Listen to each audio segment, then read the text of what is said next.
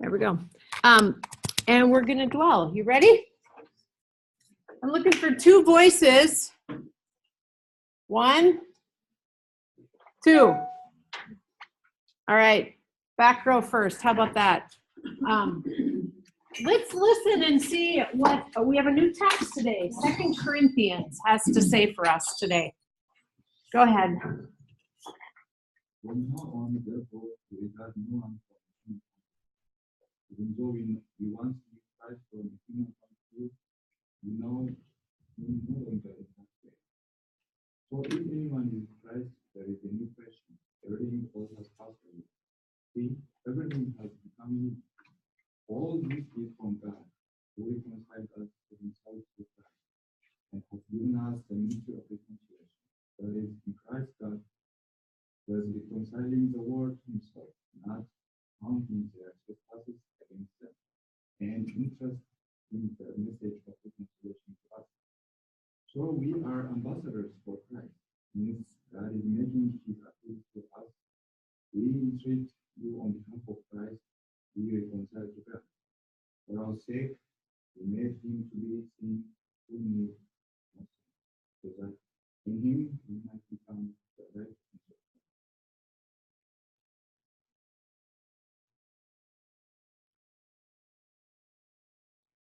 From now on, therefore, we regard no one from a human point of view.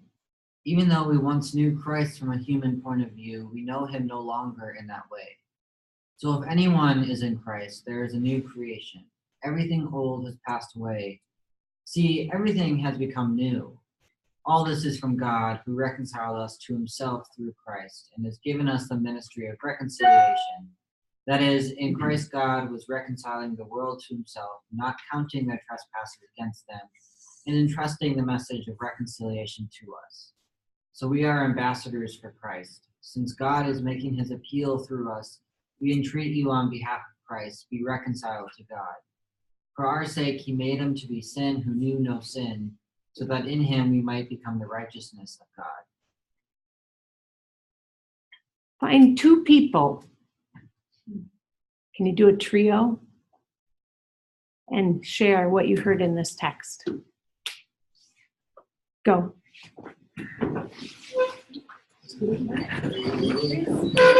I'll be with you guys, and I'm going to go in the other room, so it's...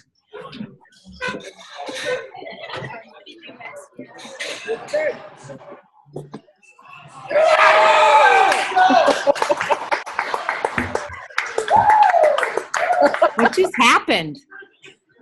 Got an out. Oh, okay. It wasn't even that. Stopped him from scoring. It was an impressive out. Got it. If this Bea, do you know you're work, on here? let me know. Bea, do you know you're on here twice? You don't know? Myself. Can you hear me? I can now. Yeah, I have no idea. This is the first time I'm experiencing this. Yeah. All right. But- Hang on. I'm going to remove this one and see what happens. Okay. There you go. I did it. Look at that. Yay. Birgit, this is VV. This is Birgit. Now, Brigida. online buddies. So what did you hear in the text? Whenever I hear this text, I always get stuck on ambassadors. Mm-hmm. I know that that's sort of like the point of the text. It's not a very insightful thing to say. But just like, what does it mean to be an ambassador? And I think about the times when, especially in my context right now, I'm used to living in a place where I don't have to work very hard to be an ambassador because everybody is sort of on the same page. But a lot of times we're called to say things against countercultural things that can piss people off. But then what does it mean to be an ambassador in the midst of that? Does that call us to not say things or to say things in certain ways? Or is it really, are we being called to just sort of stand in the middle of the room and kind of shout and see what happens? Mm-hmm. Yeah.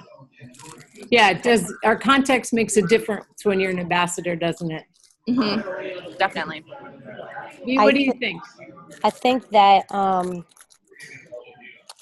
talking about or piggybacking off what Brigida said, I think that for me it becomes very exhausting.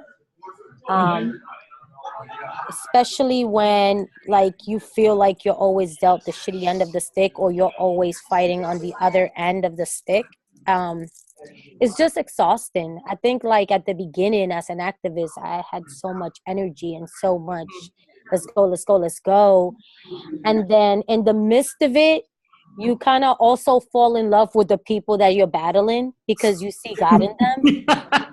And it's hard because then you have like, at least for me, now I have like this inner war with like, I'm such a perfect asshole, but do these people deserve the best of my assholeness? And it's just it's not as fun as it sounds, and it's not as easy as it sounds. So I think that right now I'm wrestling with, okay, now that you've used me as a voice box, when can I shut it up and go on to something else? Because it's exhausting. So that's kind of like where I am right now. And it seems like no matter what verse, no matter what, it always comes back to, I'm kind of exhausted right now of always having to be this. I have to be the strong one, and I have to speak up, and I have to do this, and I have to do it because you're calling me to do this. And now it's just like, can I get a break? Can I just go on vacation? So When do I get called to take a nap? Right. right. And I think Via, I also hear that in the part of the text that says everything old passes away, everything has become new. Like sometimes I want it to be old because old is not as exhausting. Like there's something about the comfortableness of that routine, and constantly living into the newness is like refreshing and it gives hope, but it also is just exhausting. Yeah. And see, I love that because I feel the opposite. I'm exhausted of the old. Like, can we just get to the new? Because I see a lot of hope in the new, in the youth. And I have nothing but tainted vision of everything that is in my past, even with my culture. So I kind of see the opposite of that, where it's just like, can we just let go of the old? And I'm not saying like put a Band-Aid on it, but I cannot wait till we're just dealing on the new and dealing with stupid stuff. Like I'm so dealing with stupid stuff. Like what is she wearing instead of what color is she, or what race is she, or what religion is she? No. Yeah, it is. That's it's interesting where we see the energy, right? All right, we're gonna come back. Is this okay, Terry? I was waiting and then I had to come back, and then I'm sorry, I took a couple of medication and So you're on drugs? This is beyond drugs? not yet. Oh, it says 30 to 45 minutes before it takes effect, but if I start mumbling, so when she starts going like this, just give me if you pass out and we need to call 911, just let us know. Okay. I got you. I'll click the raise hand button. Thank you. That would be nice. All right. You're having too much All right. fun. Let's hear what we got. I'm going to turn you and let you look at the class because they're more interesting than me right now. Look at that. Woohoo. All right. Who would like to share? Well, then let's start with you all. Hi, V. And V took some medication, so if she just falls over the screen in 25 minutes, we're just going to send an ambulance or something. So, anyway. All right, what did your group talk about? So the first thing that we noticed, or the crux of our conversation, was surrounding the first verse. I noticed right away just that phrase, a human point of view, and I was kind of caught there and thinking about what does it mean what does a human point of view in quotation marks actually look like? Like what does that look like and feel like to have a human point of view or to be seen from a human point of view? That caught me right there. Yeah, and like, yeah, that was the first thing that struck me too, was the human view. And I thought to myself, like, there's a subtext going on, the implication. If we're no longer to have the human view, what view are we supposed to have? And I'm like thinking to myself, I'm a human. What other view am I supposed to have? So I think it's saying that there's like some sort of aspiration or transformation of that view to be other than human. And I think the implication is that of divinity or Christ. I really like the way that you said it so eloquently, so beautifully, that incarnation joy that you said. So we flew together to the possibility that it's not transcending humanness, but discovering the profoundness and expansiveness of being human, that which has always been there, but was not seen. And now So rather than a limiting human point of view or a narrowing kind of thing. in the light of new creation, Yeah. we see what it actually means to be human. And it's profound. Yeah. Who needed the rest of the 6 other verses for that group? One was enough. That was it. All right, nice job. We could go there all day. But somebody else has something profound. All right. Well, we stayed in locked in the first verse as well, Cow. but we were looking at from now on. Ah. And tied in indigenous peoples or Columbus Day today. From now on, what is the new from now on? And is that a imposition or is that a gift? And whose point of view says which? We had other things to say too. That was one of the things we had to say. Nice.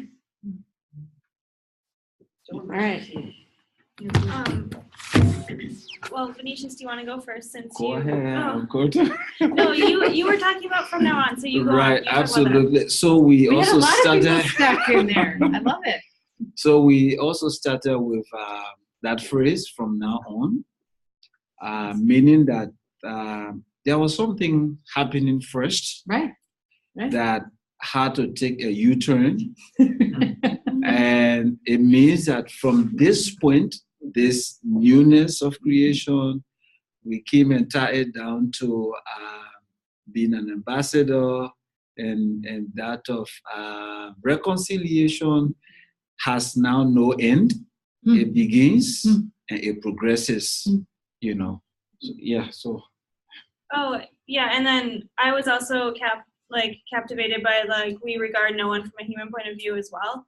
Because I guess just in my own personal theology, I just hold being Christ to other people so central. That is the core of my personal theology. And so that just kind of put into words how I view living out my life as a Christian, of trying to best I can be who I think Christ would be to other people. And even though that might be uncomfortable or challenging sometimes, doing that. For sure. And then you talked about the ambassadors of Christ. At first I got stuck in reconciliation because that word or version of that word is repeated 4 times in those few verses. And so we discussed that for a second, but then focused on what it means to be an ambassador for Christ and how exciting it is that we get to promote our faith, and how also it's a big job. And to really live it out and not just preach it. Right, not just we have to walk the walk and talk the talk at the same time. Full embodied. Yeah. Yeah. I'm thinking about our identity, and it says we are ambassadors of Christ, and we are also becoming the righteousness of Christ, the righteousness of God. Who we are and what is our identity is. Yeah. Yeah, this book ends of 20 to 21, right? We are ambassadors and becoming this. That was the one that stuck out for me as well, that last verse. Somebody who got stuck at the beginning, some of us got stuck at the beginning. One more. All right. We kind of did the same from the beginning to the end, though, because I got stuck in the beginning. Jake brought in the ambassador part, and Kyle brought in the righteousness of Christ's sin, so that not only are we different, but if you tie the one in from the beginning, you wonder how about we treat everyone in our church community no longer from the human point of view too. You know, so that the gossipy things we do for each other and the poor way we can treat each other. What if we were treating each other as God's ambassador and sinless because Christ has taken that? Yeah. So we can put them, all three of us, type different lines in. Yeah. That's interesting. Well, lots in that verse. We had a good conversation, but it'll have to be a mystery for the rest of them. It'll just be between us. Would somebody be willing to pray for us as I plug in my computer?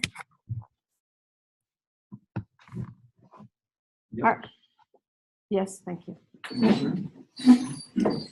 Father, we thank you today for another wonderful time we've gathered in your name to search your word. We thank you for those of our colleagues who are participating by means of the internet wherever they are. We invite your presence, lead us, grant us the wisdom, not just to know, but to live out as your ambassadors, and then to portray the calling that you have placed on our lives, and what we do bring glory to you and lift into humanity. That we see people from your perspective and live out the true humanity that you have placed in us, so that from now on, our lives will be light and bring glory to you. Will take us through now. In Jesus' name. Amen. Thank you. So last week we talked about big shifts taking place. This week we are going to dwell in demographics. Woo-hoo! All right, don't everybody get so excited. But we're going to start with a discussion on this brief article. The wealth gap among races has widened since the recession. Now, we're a few years past the recession, but I'm not sure that we've overcome this issue. So I think it's still a short thing ready for us to talk about. But what I want you to do is go back into your groups now that you just moved your chairs. Sorry, I should have said this earlier. And I want you to talk about this, this short piece. Okay, if you need to, you can pull it up. If some of you have the internet, I have a copy here, so I'm willing to share as well. But what stood out for you in this reading? Why does it matter? Why does something like this matter? And why should Christian public leaders pay attention to demographics like this one? Okay, I'm going to give you about 15 to 20 minutes. And would one person be willing to swap with me and speak with these two, and then I'll join in their group? Just so they don't have to just talk with me. Awesome, thank you. All right, you're going to the back row. You might want to go out here. It's just, it's. Yep, I'll grab it.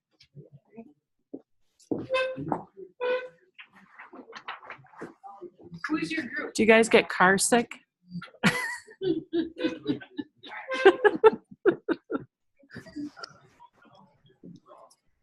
No, thank goodness.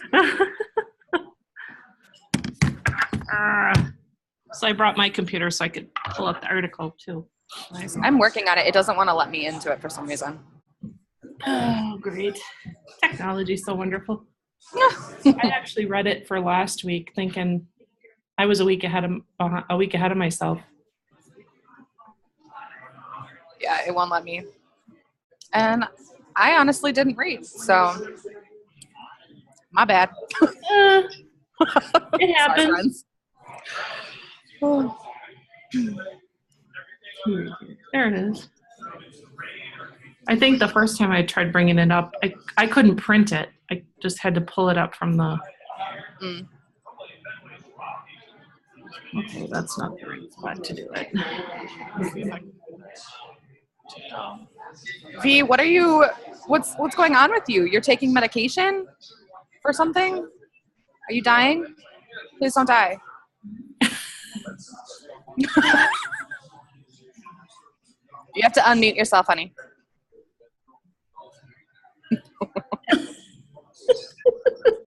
The sad part is that I said I wasn't talking when you said you have to unmute yourself. And I was like, crap. Now I gotta- You have to unmute it so you weren't talking.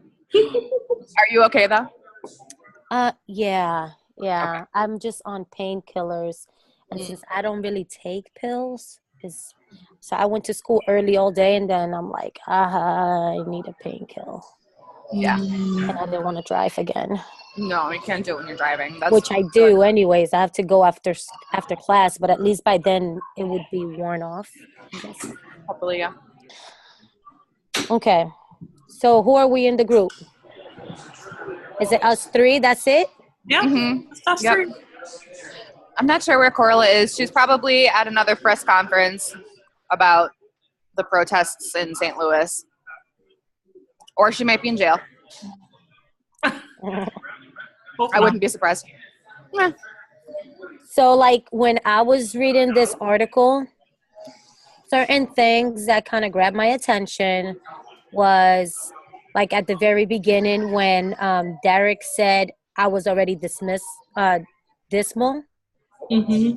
And so another thing, like for me, I was actually in shock or I would question the fact that it says as of 2010, white people or white families earned about $2 for every one, because I don't really believe that it's a 50-50 thing. Like I don't really believe that whites are making double.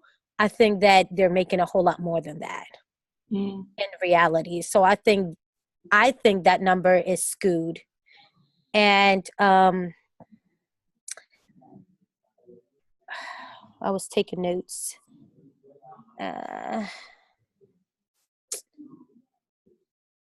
Oh, my highlights all went away.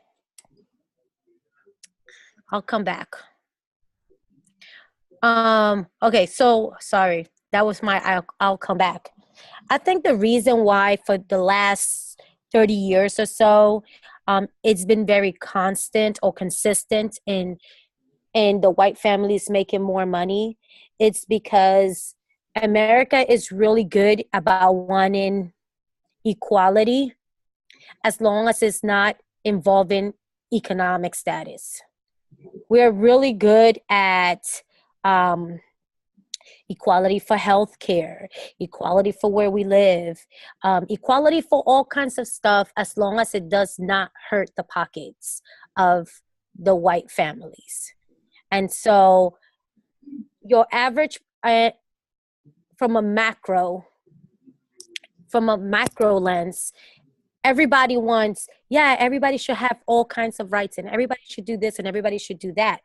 But the moment that it would affect the pockets of the people who really run this country and the white families that will be affected by it, then everything seems to change. So it doesn't surprise me that it has been consistent, because what we try to do is we try to cloud over the economic portion of it and do everything else. Well, they should have more Medicaid. Well, they should be able to have food stamp. Well, they should be able to apply for a job, but they don't differentiate between equality and equity. Mm-hmm. Everybody wants to fight for equality, but the reality is that when it comes to equity, that's where the real problem is. And so none of this that I read is really surprising to me. So. But my thought would be, or my wondering would be, if we can't have equality, then how can we better equity? Well, the thing is, you can't have one without the other. Right. You can't have one without the other, because what's the point? What's the point of equality if you're not going to have equity? Mm-hmm. Well, what's the point of it? Mm-hmm. It's like so everybody. There was an emoji that I seen, and it's probably explained it the best to me when I was trying to explain this to my kids. And in that picture, you have a fence. Mm-hmm. And in that fence, you have two little kids that are trying to look over at a baseball game. So equality, they should all be able to look over the fence and look at the game. Mm-hmm. Equity, at the same time, they should all have they were both given crates so that they can stand on top of to look at the game. But the kid, but one kid had 2 crates. So he was able to stand on both crates and look over at the game perfectly. Whereas the other one, even though they also had a crate, they still were not able to see the game. Does that make sense?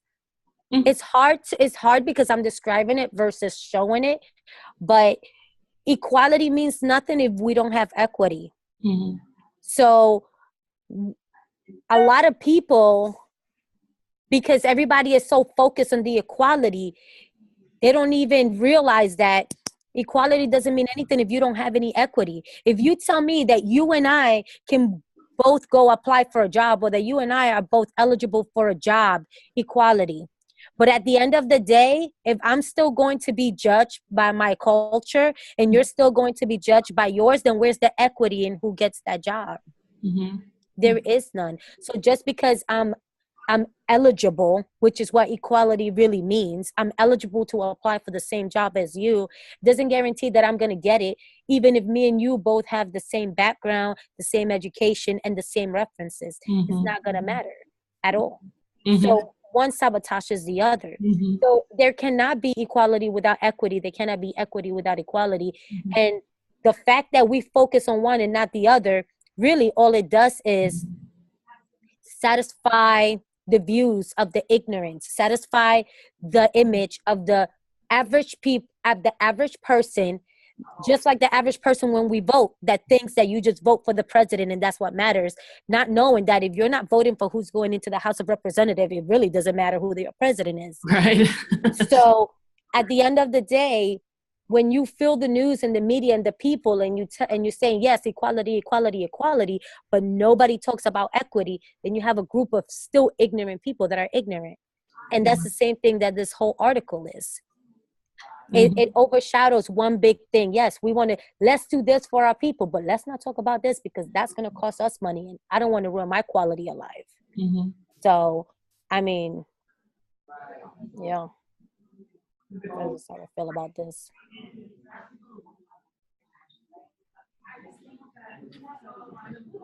Yeah, and Terry kind of touched on it before we broke into our groups about how that gap hasn't changed since the recession.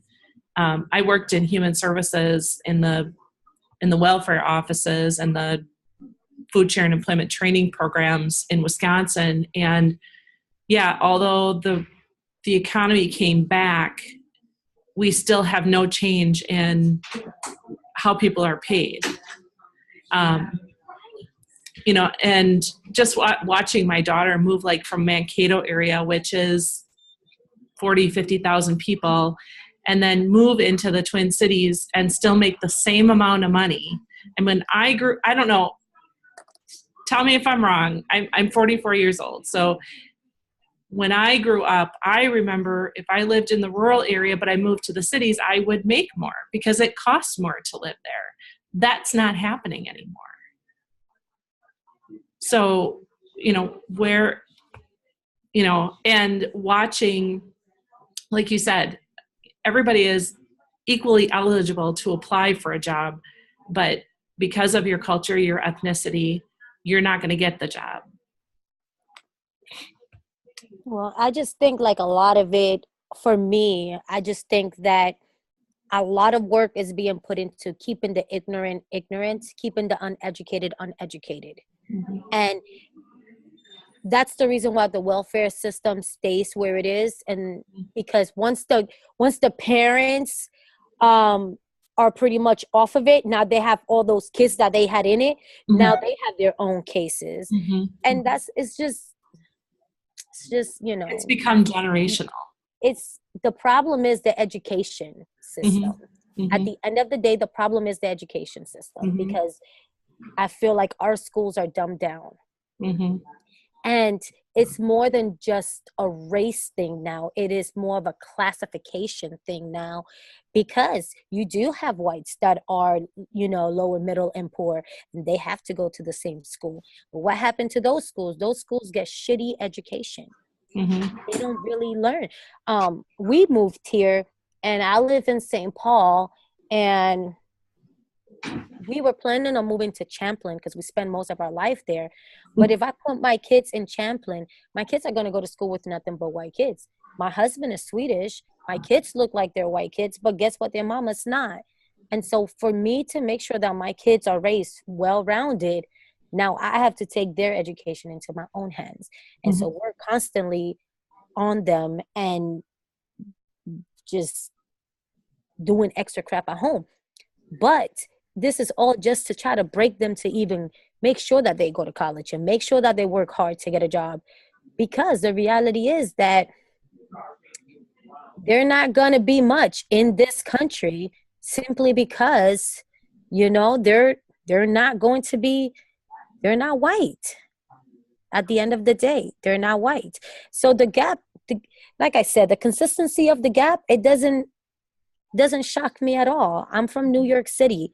This is what it is. You can have a white kid, you can have a little white Italian, a little white Jew kid with a GED, get a job at a company and start off as a clerk and move his way up. Whereas you can have a Hispanic or a black kid with a high school diploma, maybe going to college part-time, and maybe he can get a job as a janitor. Maybe he can get a, so, I mean, it's very real. At least in my life, it's very real. So reading this is like, well, no shit, Sherlock. Nothing is going to change. So it's very hard. It's hard from both parts, because now you have this ignorant, you have all these years of media, because what I feel that happened is slavery, because we can't get shackled anymore. Our education is watered down and so dumbed down that is put through education now. So now I have to deal with, simply because I have multiple college degrees, because I bust my butt. Now I have to make sure I'm too now have to be a freaking victim, because, oh, why are you talking like that? You're trying to be white, or you trying to be this? And it's just like coming from a mentality that's like, well, being able to speak properly and without using slang all the time doesn't make me white. It makes me what the hell I am, a freaking super intelligent as beautiful queen. Fall back. But I mean, you have to deal with it from both sides no matter what. So, I mean, it doesn't surprise me. And the only way we're going to break through that is through educating and continue to educate. And at least for me, getting through my people and letting them know, hey, you can be better. Hey, it's okay to do this. Hey, it's okay to do that. It's kind of sad because of this gap and because of the reality is the reason that I'm a Republican. Because I feel that Democratic shit, for me, I feel like it's just a way of suppressing us, because it's human nature to want free shit. Yeah, I want free health care. Yes, I want free money to buy food. Yes, I want this, even though I need it. But you get so caught up on getting it for free that then this system has to set up so that the moment you make $1 extra, then you can't have shit. And when you don't have shit, then you can't survive. So what do you have to do? I had to do that with my kids when I was in New York. The only way that I can go to college, because they had a little program from like pre-K to second grade, and I wanted to go to school. I couldn't go to school because that was only for people on welfare. I was a legal secretary. But I couldn't afford daycare for 2 kids to go down to a part-time job and go to school. So I had to quit my job as a legal secretary and apply to be on welfare just so that I could have put my kid in there so that I can get a degree. So the system is set up for us to fail at the end of the day. Even though it might look like, oh, they're just lazy or they want to do this. I think the system is set up to make us fail. And so then you have all these statistics that pop up, and then it's like, oh my, I can't believe that this is happening. What the fuck you mean? You can't believe. You guys are the ones setting up the system. Right. So it is what it is. Forget a you talk. I gotta lay down. The thing that's coming to my mind right now is my current rant, and I don't know if y'all want to hear that. I just went through it. So I have I know, right? I have a like permanently ingrained forever hatred of the city of Edina. We're being back into the room. Oh, okay. Rant. Well, I'll just very quickly say, yeah. So Edina is usually number one in public schools in the entire state of Minnesota, but they have started a racial equity and awareness project in the last couple of years, and the city has decided not the city. So there are a lot of parents within the public school district who have decided that the reason that Edina's school systems are slipping is because they are focusing on equity programs. And so now Edina is dropping down in the rankings, and all of the, frankly, white parents are like, you talk about race too much. It's all about privilege. You're making the white children ashamed of their skin color, and that's why they aren't doing well in school anymore. And my response is, no, it's because you've excluded them for it's been an all-white school for such a long time. It's difficult to start having conversations about integration if you're not paying attention to actually what's happening in the world. Okay. Anyways, that was a short I rant. get to keep you with me.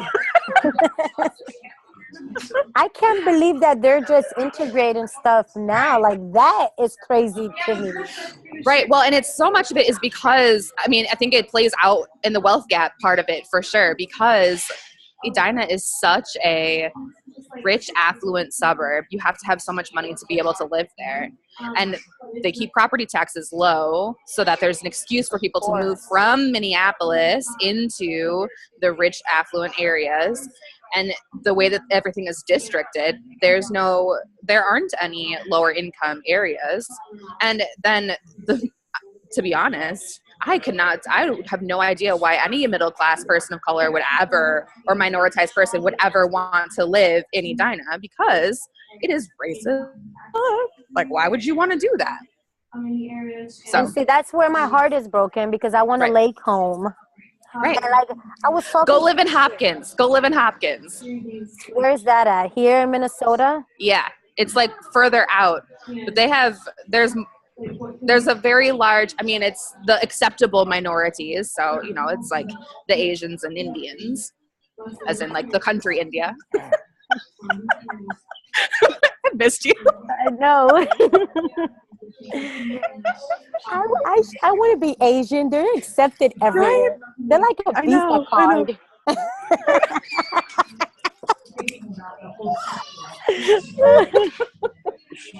Gosh. But that was not so long ago. We want to settle down at a lake home, and I was speaking to a couple of people, and they was just like, well, don't move to North Minnesota, because that's when it starts to get racist and this and that. And it's just come on, 2017, why are we going through this? I know. So even if we have the money, I still got to answer for my color. Right. So do you want to listen in on the class? Oh, yeah. Yes. Should actually pay attention to the context of which it is going on. That's curious. Okay, just checking. All right. Anything else from your group? Yeah, basically, those were things that we talked about, because we felt that with all that is unfolding now, it poses a lot of challenge to the church. So it is no more just about presenting Jesus, because like we were saying, if you look at the economic divide, you have two different Jesus that is being presented. So if you are going to present one Jesus, so that everybody accepts, then it's obvious that the church will have to step into something about the situation of the people. Yeah, there's something about, we can talk about life in the church in one way, but when the lived experience is radically different, there's the gospel. Right? How does that work? Okay. Another group, you want me to move them up here? Yeah, because your battery's low. Okay, that's why we had them plugged in. All right, who else would like to share? All right, go ahead. I think one of the first things that we talked about was that stood out was even just the title of the article, which is that a lot of people carry the misconception that because we've had an African American president, that there is not that there that the wealth gap is actually it's not as wide, that it's actually getting better, and relations are getting better, and we don't need to do any more work because look, we've already accomplished this. And so there's a huge misconception with that, and I think among all racial minds, some people carry those misconceptions. And so what stood out was just kind of like that blatant declaration that, hey, there's a lot of work to do. And so we talked about that. We also talked about the fact that Joe made this really great, and I'm horrible with analogies. I'm trying to remember what you said, right? Or say the analogy that you said about it, because I love that. Yeah. One of my mentors was talking about when people are coming for what they need. Like, there's a mother who goes to the store saying she needs some milk for her child. And they tell her, sorry, we're all out of milk. All we have is vinegar. And so they give her vinegar, expect her to be satisfied with having vinegar. And so, like, applying that analogy to, like, the broader context, like, people are trying to get milk and they're getting vinegar. They're expected to be satisfied with just vinegar. And I like how you even took it a little bit further. Right. I said that not everybody even knows that what they have is vinegar.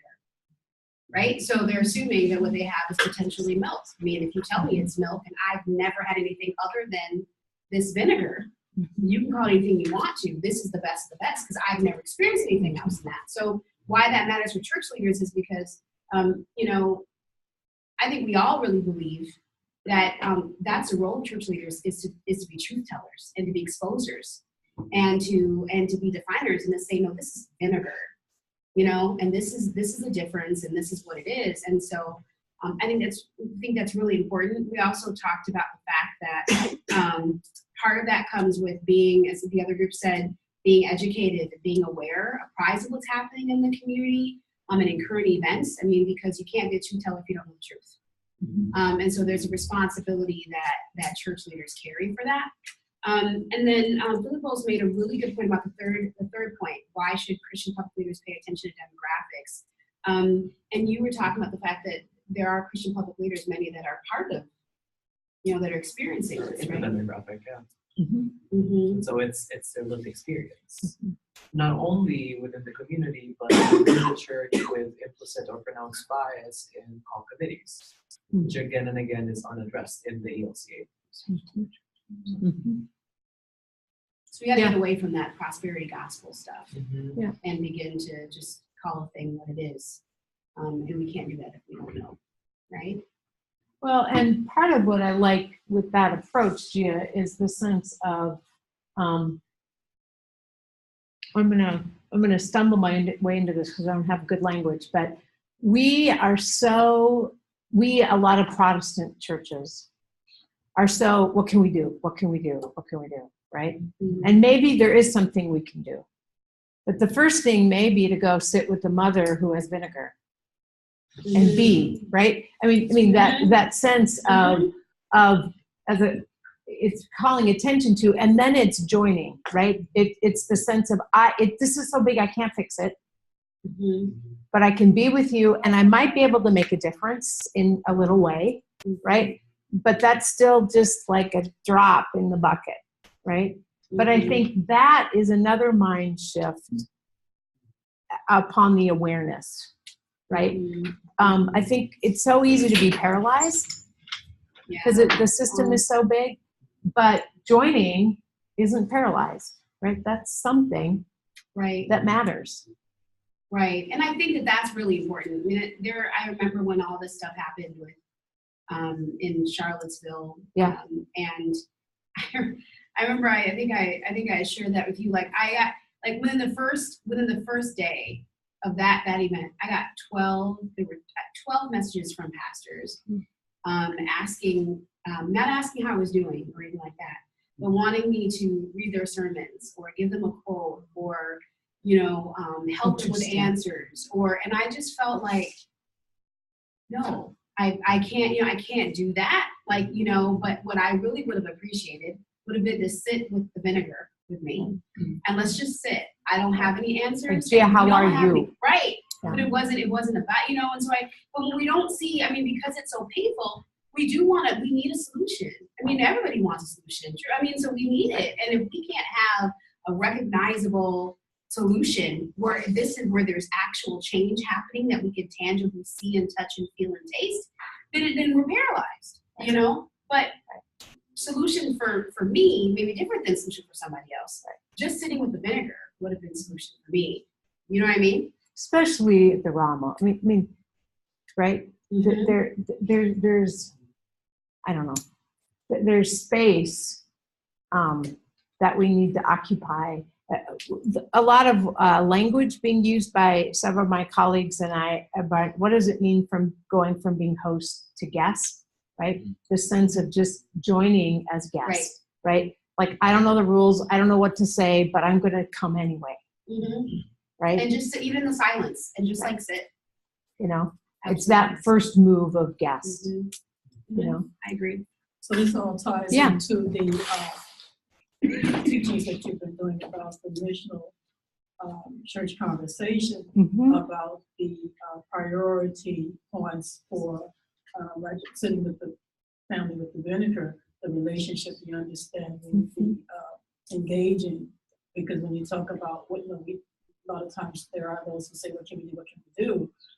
But then what I have found some difficulty with is that when it comes to asking that question and the answer is given, as we've done some wonderful reading on the steps of what to do, when it gets past the actual steps and gets to the heart of what we can do, it's such a different story. Totally. It doesn't really pan out all the way.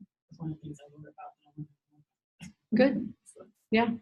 Go ahead, Zach. And I'm thinking somebody behind it, what can I do to make me feel better about this awful thing?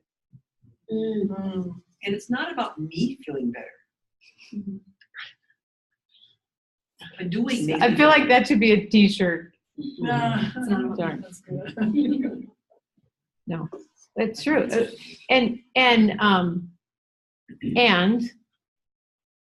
that's some of what the church has done. Not all, that's a general statement. The church is a lot of things, right? But the sense of if we're not actively doing something, we're missing, and then we go to nothing. When I think, Mary, your challenge for us is the doing connected to a relationship, right? That feels totally different. I mean, we have the clear points by Ruxburg. But it sounds so simple and so like it's just a viable plan, and it allows you to have excitement and hope. But when you actually have been in this work and we have been in it for a long time, and we've made the steps and even progress, but when it comes to actually getting to the point where now the one who's asking, what can we do, is being made uncomfortable. As one of the writers talk about, though we know the steps, it is extremely uncomfortable. And that discomfort causes the breakdown in the actual Bible steps. That could be. And Mary, I wonder if that isn't a point for us to be taken here, and then we'll go on a break, because it's a good place to end. What if part of our role as Christian public leaders is staying with stuff even when it's uncomfortable, right? Is not just, okay, we're done, right? But is navigating, holding tension, holding an environment where tension can be okay, maybe, or disharmony anyway, okay? The truth, to use Gia's, right, convicts us all. Like we're all in this, and we're part of, we talked a lot about systems in our group, right? This stuff is systemic. So nobody's fault.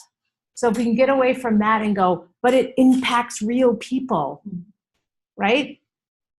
And we are part of a system, Donna was talking about in South Africa, where we can be irritators, or, we can ask questions, curious questions. We can wonder about, well, does it have to be this way? And how might we live differently, right? Here's the biggest challenge, and I think, Mary, why I think this is such a good place to end is that you said it so eloquently, that we have to be church different. And some of us, I mean, many of us have practices that we aren't dead, that we resurrect, right? That are part of this. But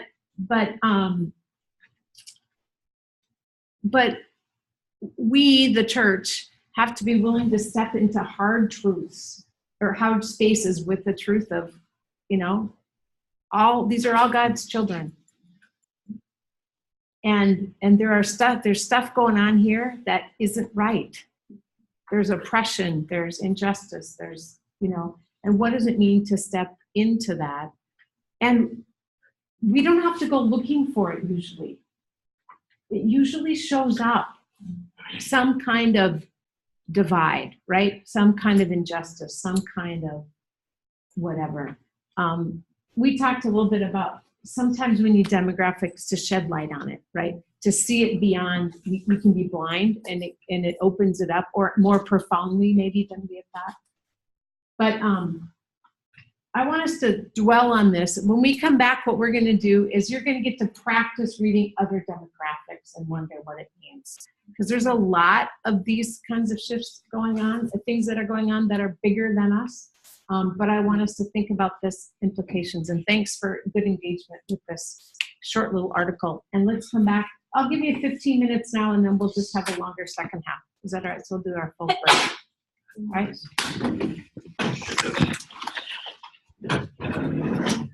All right.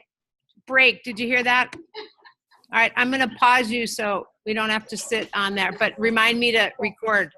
Okay. So 2:45, we'll come back. I know that she needs medical attention, but I don't actually know where she. All right, I think we're back. Look at that, it's even on time. I'm never on time. No, not. All right. All right, we're gonna practice reading data.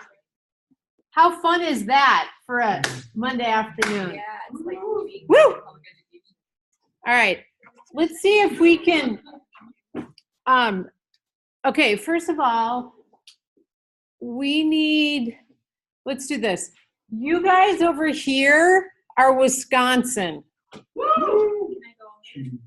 You could. All right. You right here are Minnesota. And you over here are North Carolina. All right? All right, so we got 3 different states. You guys can be whoever you want. Can I stay in Brooklyn? Can you what? Can I stay in Brooklyn? You can be Brooklyn, but it's not on here. It's just harder to do it. You'd have to look up your own data.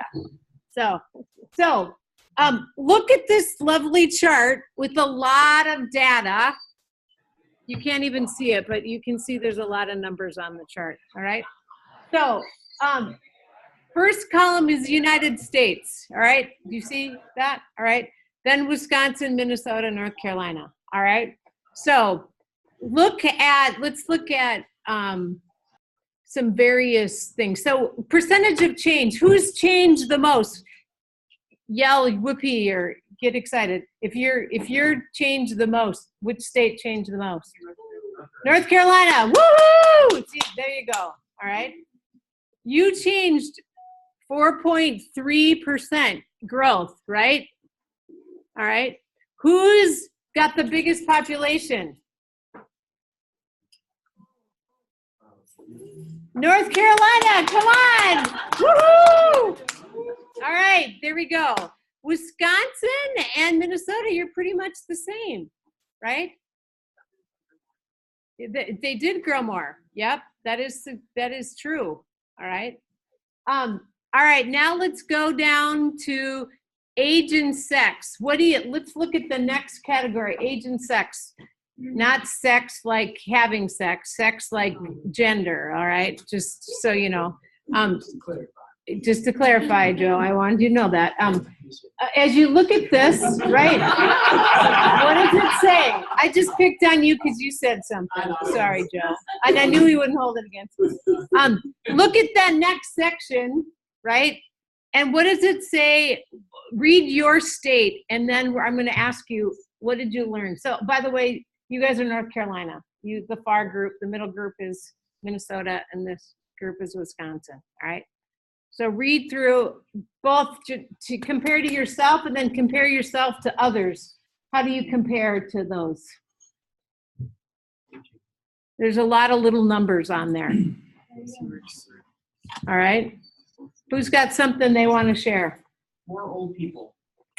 In Minnesota? You're Minnesota. Oh, across the board, right? So which line? Let's see. Over 65, right? I mean, it makes sense with the boomers, though. It does make sense with those darn boomers. They're just changing everything. They're missing a whole chunk. Like, where's our age bracket? We're in the middle. We are. Right, right. This is, yeah, these are the, Working people. yeah, they just have young people and old people. So that's another comment you want to make, right? Okay. We're all pretty close with women, percentage of women, right? There's not a huge difference there. Any other difference? Are there no male people in these places? No, it's just highlighted data. Correct. You're right. This is not a full data set. They just, so they do like the Yes, this is just a lifting up of some things. All right, now let's go to race and Hispanic origin, that final section. What do you see in there? Look at your section and see what you think. Wisconsin had no native people. Native Hawaiians. Native Hawaiian. All right.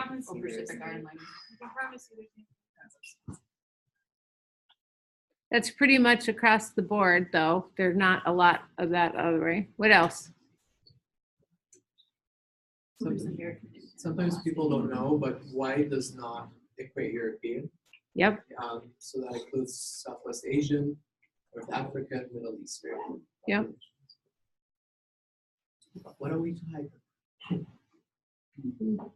I noticed there's less of a growth in Minnesota versus the other two states. And so I wonder if that's for like white alone. So I wonder if that is contributing to like the immigration of refugees, because I noticed there's just a larger refugee population. Yeah, it's a good question. One of the, and I think to Hallie's point, one of the things that's always good to do with data is to say, how does that compare with my experience if you've been to that place, right? And wonder and ask questions, right? These are all alones. There's no mixed race listed here. Correct. Oh, Mixed. Yep. Yeah. And makes me, you know, like this is something that over time, I mean, there's other categories, right, that aren't listed here, right? But those will probably change dramatically in the future, right? To that point. Correlate the race and age by the decade and how does that shift?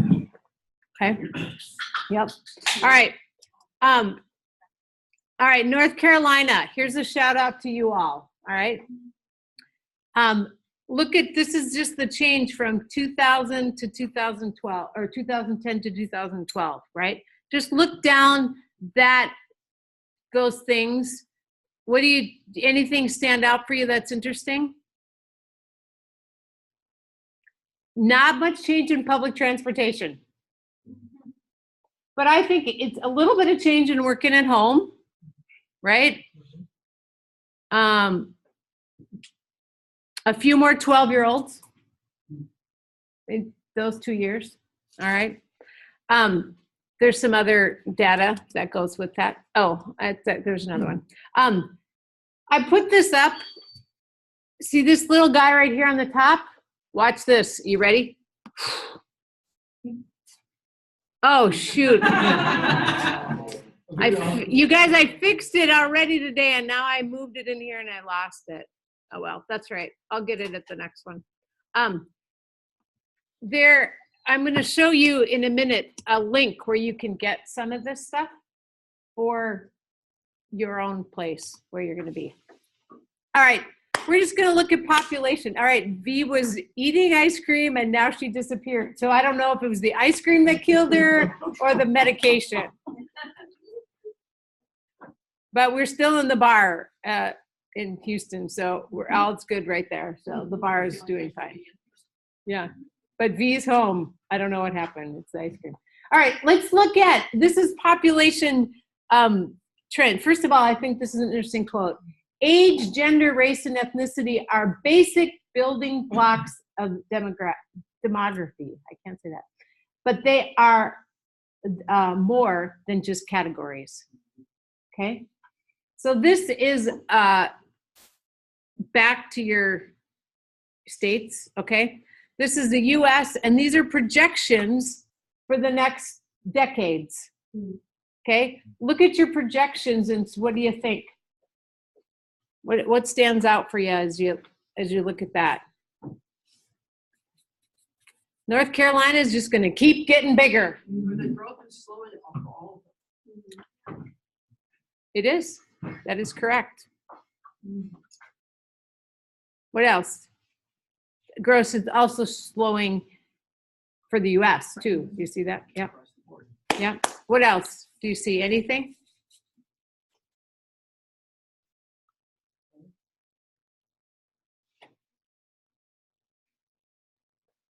North Carolina is still, I mean, 13% in a decade is a lot.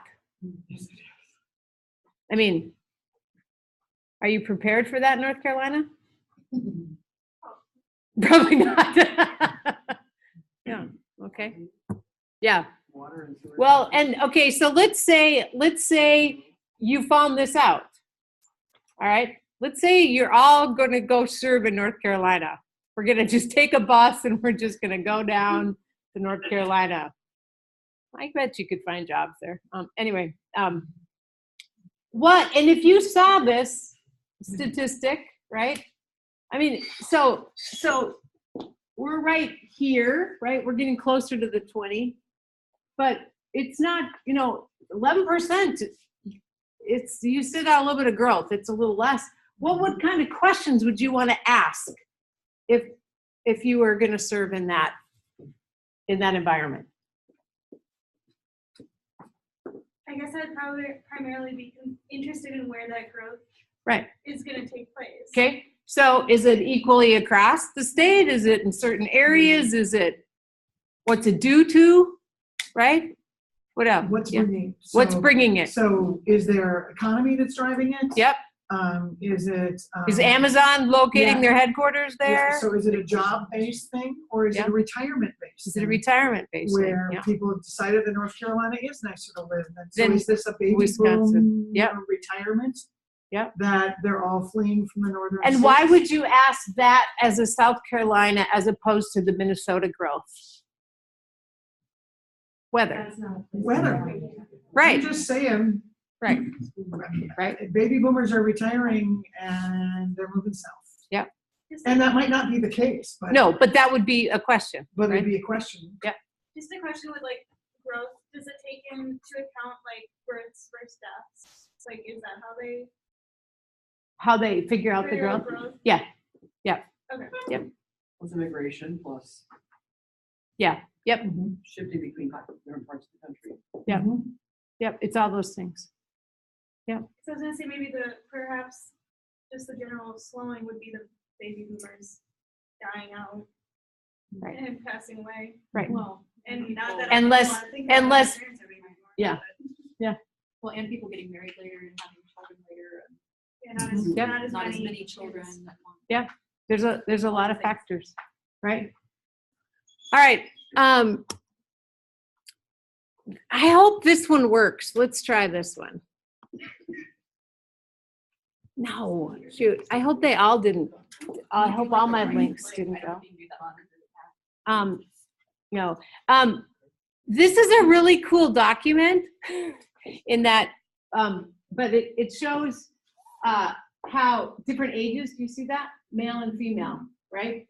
So if it's even here, they're 50-50. Do you see what I'm saying?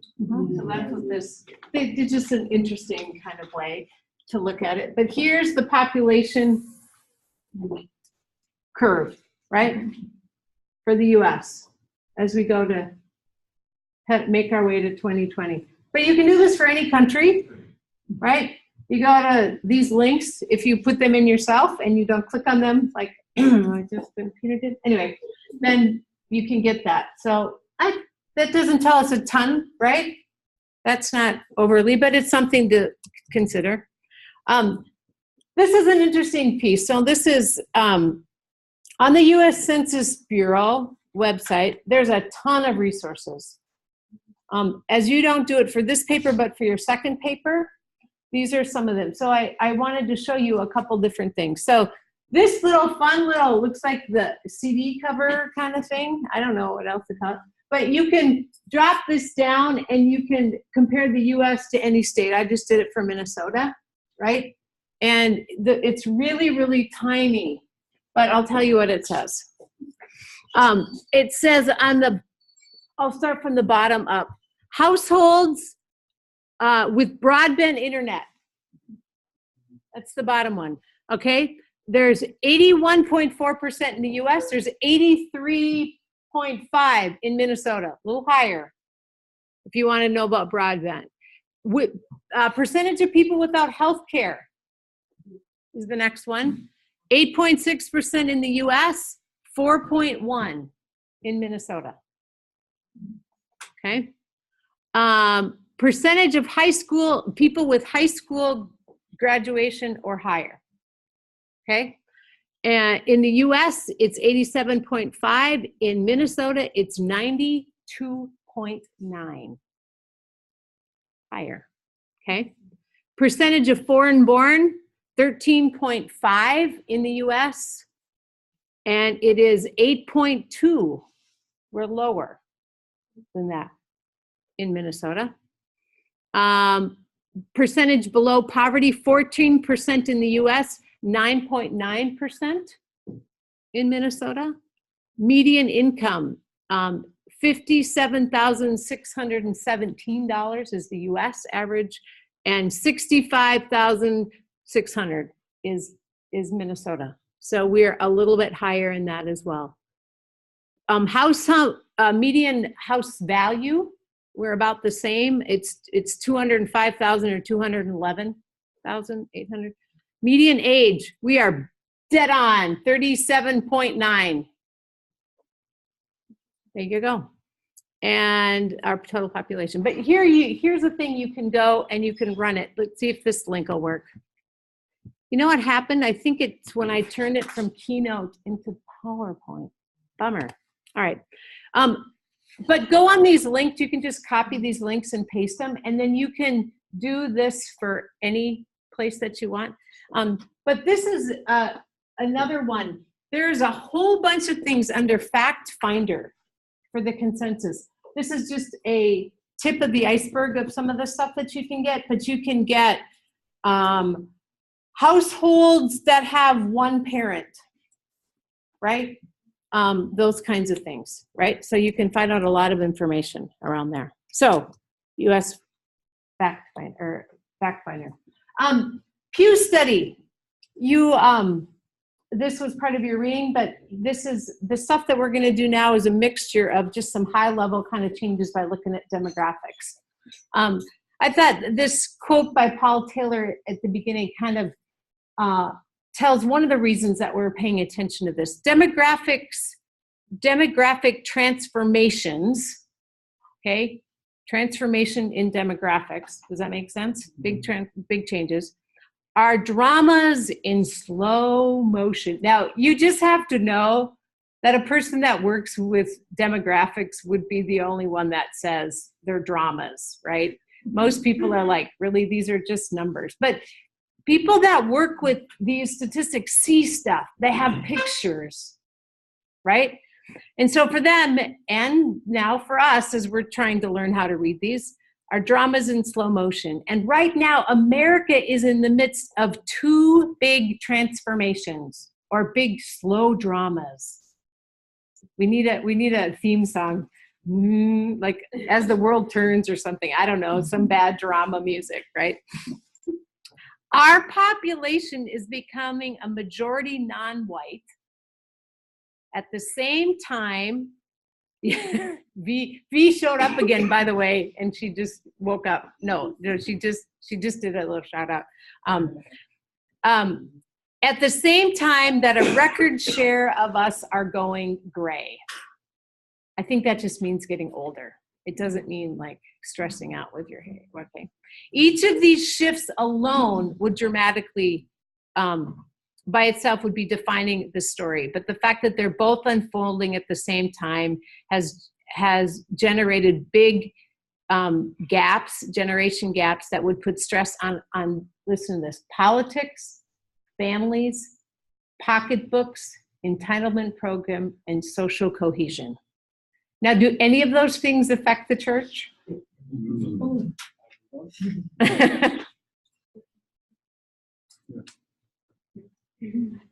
So guess what? You're going into a time, not only is the church as you know it declining, but all these major shifts. And so people are going to be stressed. Politics are going to be a mess. Families aren't going to know what to do. And there's going to be no social cohesion. Go for it. Okay. Sorry. A little bit going on is my point, right? The world as we know it. Now, as V pointed out earlier, yay. This is not all bad news, right? There is some good news here that things are falling apart and having to be re-looked at and things like that. But just know that there's a lot of shifts going on for our demographics. So we're going to look at a few of them. Age. This isn't going to work, but I'll try it again. This is a really cool, oh, it is. Okay, this is so cool. I'm so excited. All right. Because this little guy morphs. Isn't that cool? All right. Yeah, so this is it over time.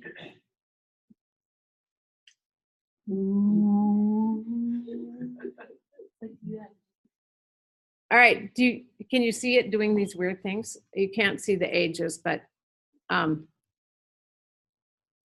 so that's what it looks like in 2060, right? But we're going to hit it again, and it's going to do it again, maybe.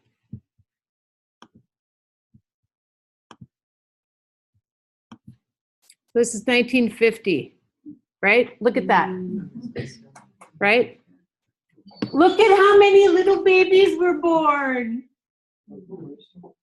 Those boomers were having babies in the 50s, right? Or yeah, no, you're right. Sorry, you're right. And then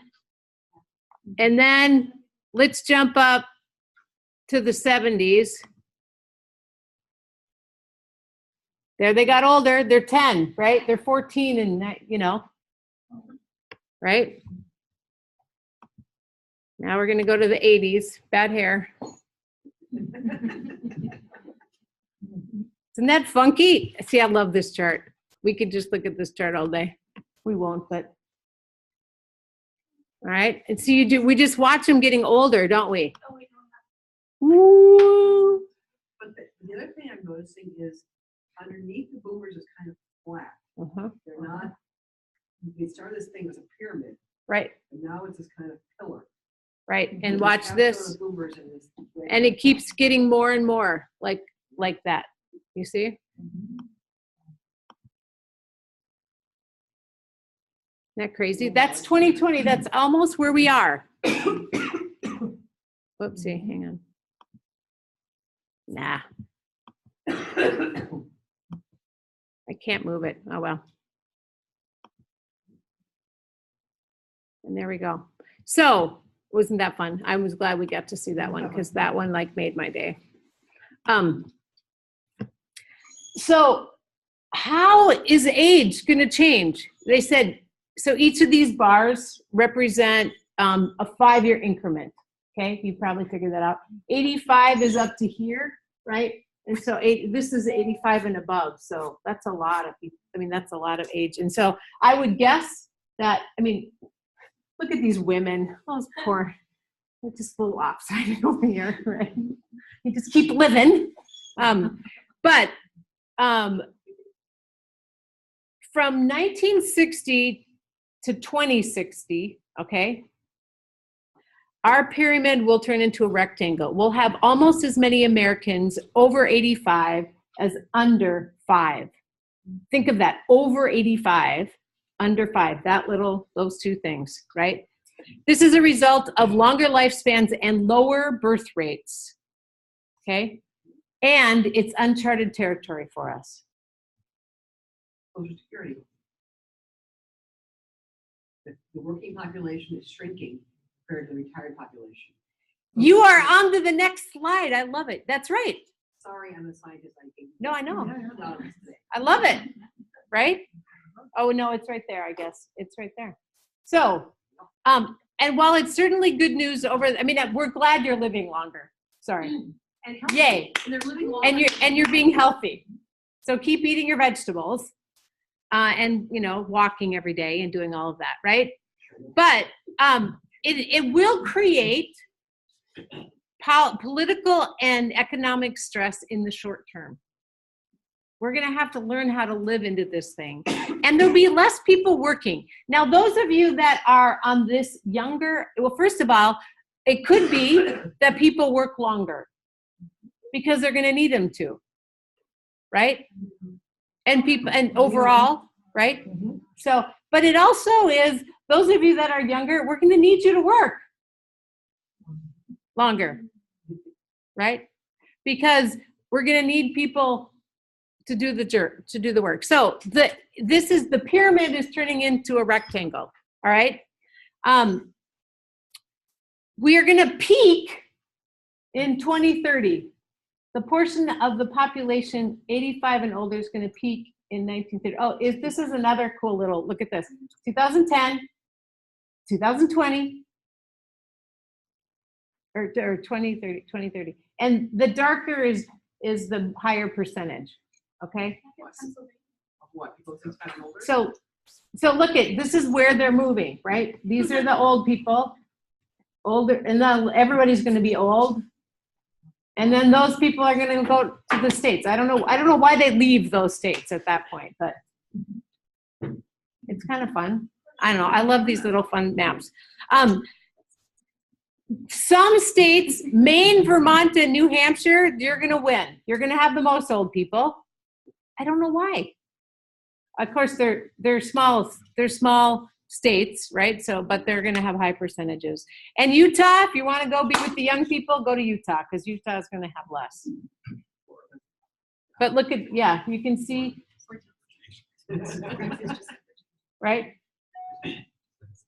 People are not going to Alaska. If you're called to Alaska, not as many old people up there. Maybe it's too hard.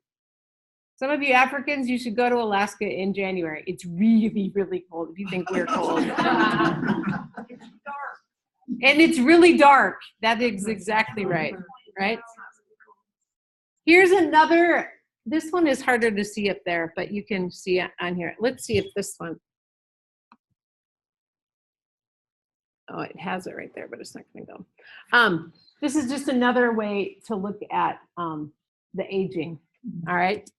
But it's not just the U.S. that's going to age. The whole globe is aging. No, people across the globe are aging. The globe is aging too. Both. The UN says this: the world's population is aging, and no, that's not a typo. That's how it says.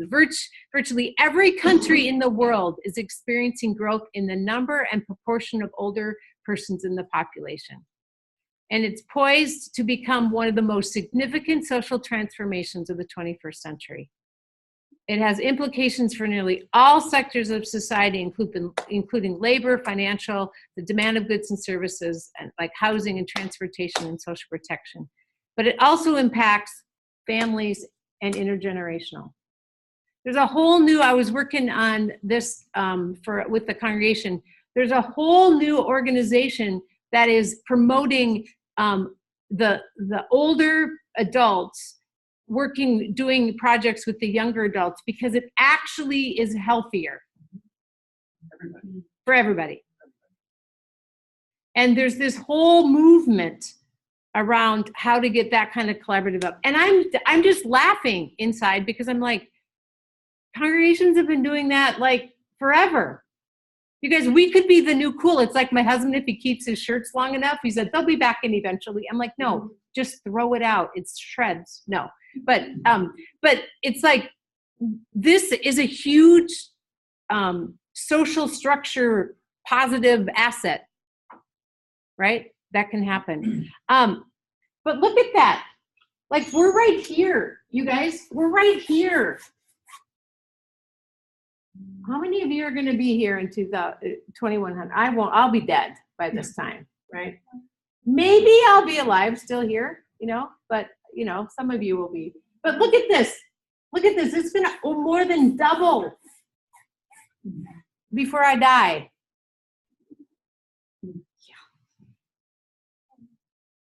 And then it's going to have that much again in the next 50 years. Like, we're getting old, people.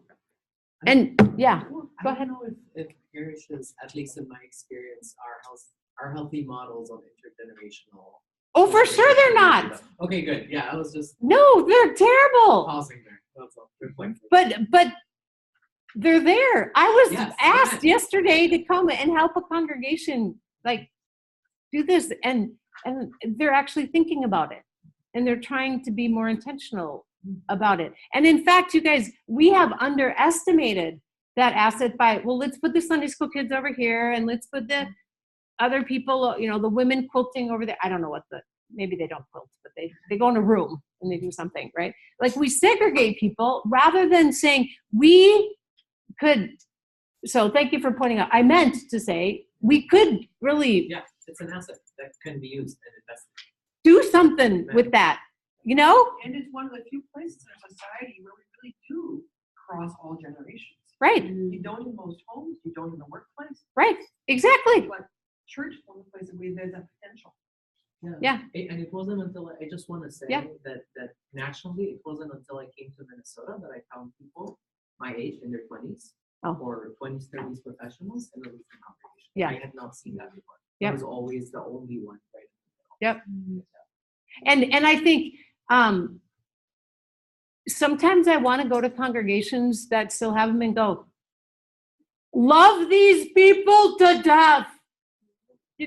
Like, this is not normal, right? Or across the church. And so it's like, don't take it for granted. And I think that's what I think intergenerationally too. And here's the other thing. Love those darn old people. Like, who doesn't need 4 grandparents? My grandpa, one of our students here, and then Haley, we're going to get to you. One of our first DL students came from the church that my grandpa and grandma went to. And she was a youth director at the church. And my grandpa, she didn't get to see her grandparents very often. And so my grandpa just adopted her. And so every time she would come to campus, she's like, Grandpa says hi. And people would go, what? I'm like, it's a long story, but good, And then my grandma got cancer, and then my grandpa got cancer, and they both died over that period of time. And like, you can't have too many grandchildren and get love. I mean, like it was a time when like, give my love to my grandpa. I was sending it back to him through her, like, why can't we just multiply those awesome relationships, right? You can have a church grandpa and grandma and whatever. Haley, that was a tangent. No, it was a good tangent. It goes along with what I was going to say with the church I did my CPL with, and now I'm studying this semester, Grace University. Oh, yeah. They describe themselves as intergenerational, and I guess I was like, well, my home church is intergenerational. And so I didn't really know what that meant. And the only like imagination I had for that was like, oh, the children come up for children's time, and it's really cute, and they say funny things, and the old people laugh, and it's great. Yeah. And like we'll share treats together afterwards. But they really, here at Grace, they really like incorporate the kids into the service, where the kids It's awesome. will like collect the offering, and they're always just super excited and like that kind of stuff. which was really great for me to see because sometimes me being an only child and used to quiet, I get kind of impatient when Yeah. kids are being loud. And so when I really just like sat and thought about it, I was like, oh no, like this is like actually a really good thing. Yeah. Because Right. it's not, like you said, it's not like shutting these people in like two different Right. rooms. So. And I think somehow we need to pay attention to this, right? And to ask different questions maybe than what we've done before. We know this, but the US is getting more ethnically diverse. Here's a couple pictures of that. Immigration has shaped this country for a very long time. We're going to see that on the next slide, okay? But if you just look at what's happening right now, it's shaping it in a particular way, okay? 50 years after the passage of the landmark law that rewrote US immigration policy, nearly 59 million immigrants have arrived in the United States. As we look ahead, population projections show that if current demographic trends continue, future immigrants and their descendants will be an even bigger source of population growth than in the past. Between 2015 and 2065, that's 50 years time, they are projected to account for 88% of our increase. Did you hear that? 88%. We're going to have a few babies and a lot of immigrants. That means we're not going to look like we do now. Pause. In the Midwest? No, in the country. I mean, and it's not going to be equal, right? But who knew that Ethiopia would have so many people show up in Minnesota, right? I mean, it's not always what's the first gate. You know, it used to be the boat that hit New York, right? Now there's a lot of flights that go to a lot of parts of the world, of the country, that then have a community that's here, and suddenly there's jobs in Wilmer, and Wilmer changes because Wilmer, Minnesota has jobs and there's connections, and boom, immigration happens, right? Like this is now a new world of immigration, that it's not just going to be clustered in a few areas, right?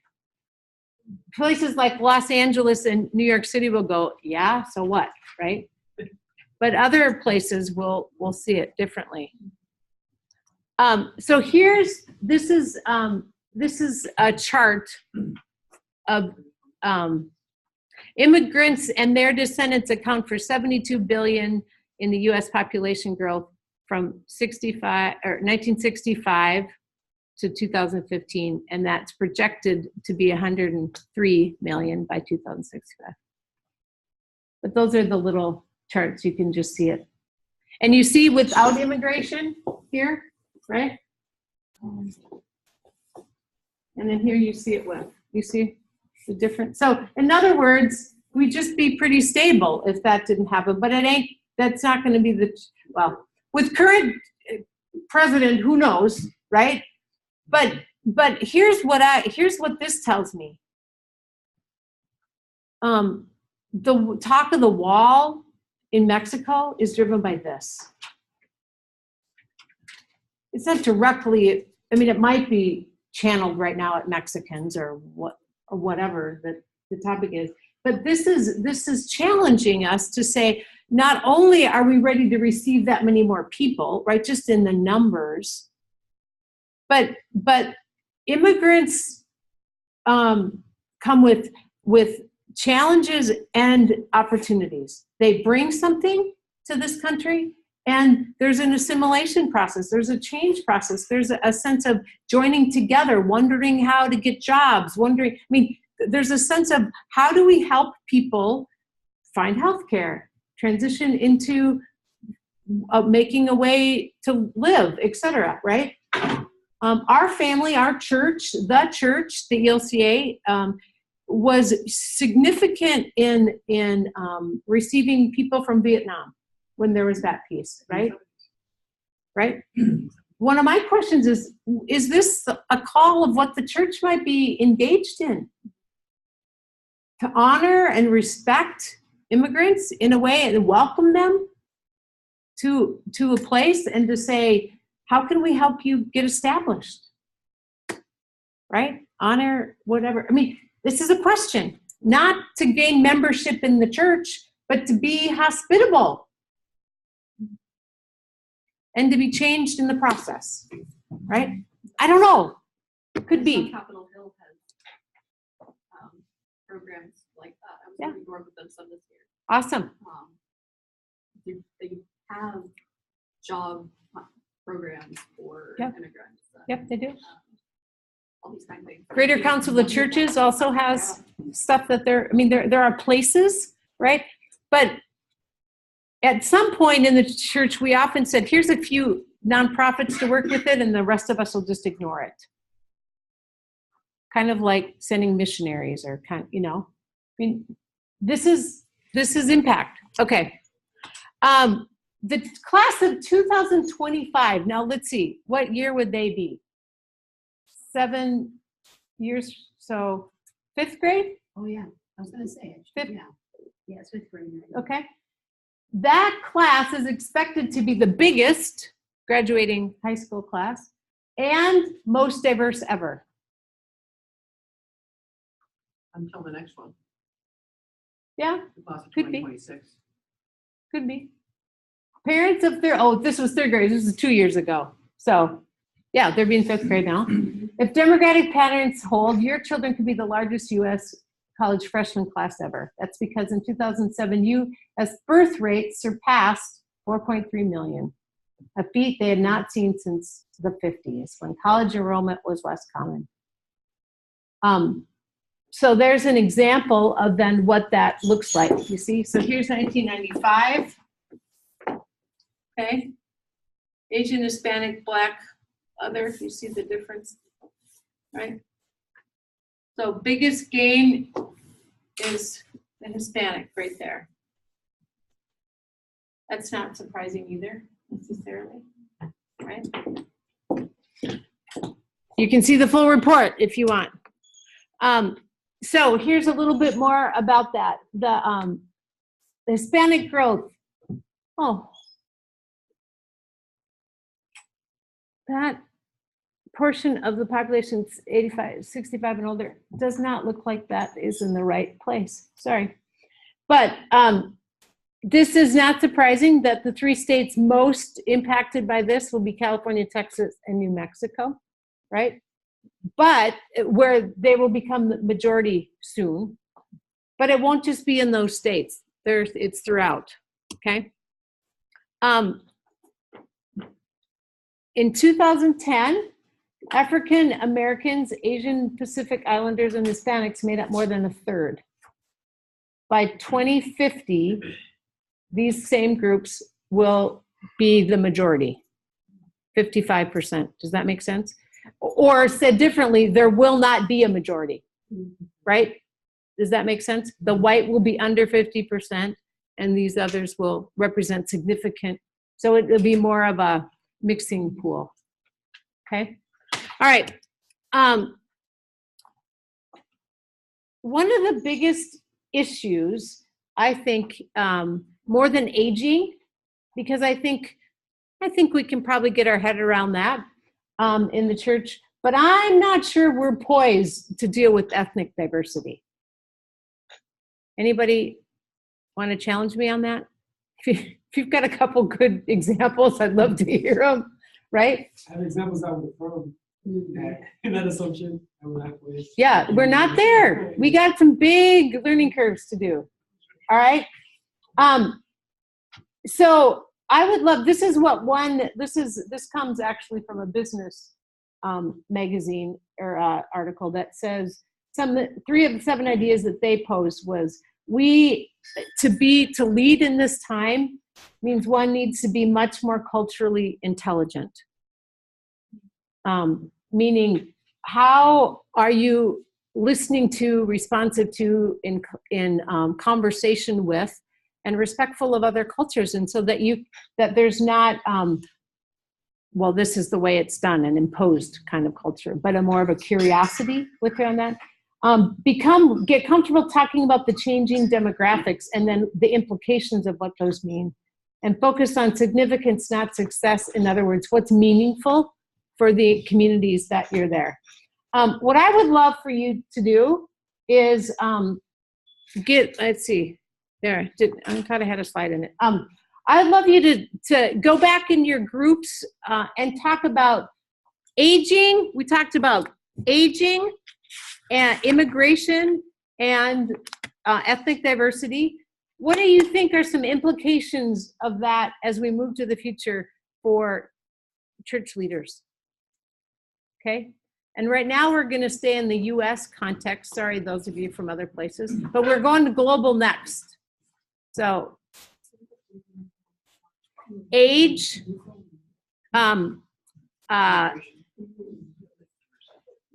what did you say? Immigration. Yeah, and immigration and diversity. Okay, go. Yeah. Are we a group? I'm going to let you guys, hang on. I'm going to let you guys talk to each other, okay? But I'm going to, go ahead. All right. I switched headphones. Can you hear me? Yep. Hi. Oh, I kind of wish that she had muted it. How's it going? Good. Good. The Astros are tied. I'm in Houston at a bar. Oh, hey. Drinking a Diet Cherry Coke. That's fantastic. Yeah. I'm at the, what's it called? The retreat center that my church where I work runs, because it has internet. And I don't. Corolla, what is your life right now? Poverty is what it is. So many expenses and no money. And also my dog likes to eat the squirrels that are here. So, but shit, I mean, one of the ways that, like, at this church we see aging come up is that our building isn't accessible. And the larger the old people population becomes, the more we're going to really regret that we fought so hard to be exempt from the ADA. Right. Right. So we could have put that money into our buildings early, and we fought to not have to. And so I think all of the, like, aging is inherently a disability issue, and we fought real hard to make sure that our buildings didn't have to be up to disability code. And we're gonna, right, there's like the moral issue with that, and just practically we shot ourselves in the foot on that one, because we got a lot of members here who can't come to church anymore. They can leave their homes and do other things. They're not homebound. Right.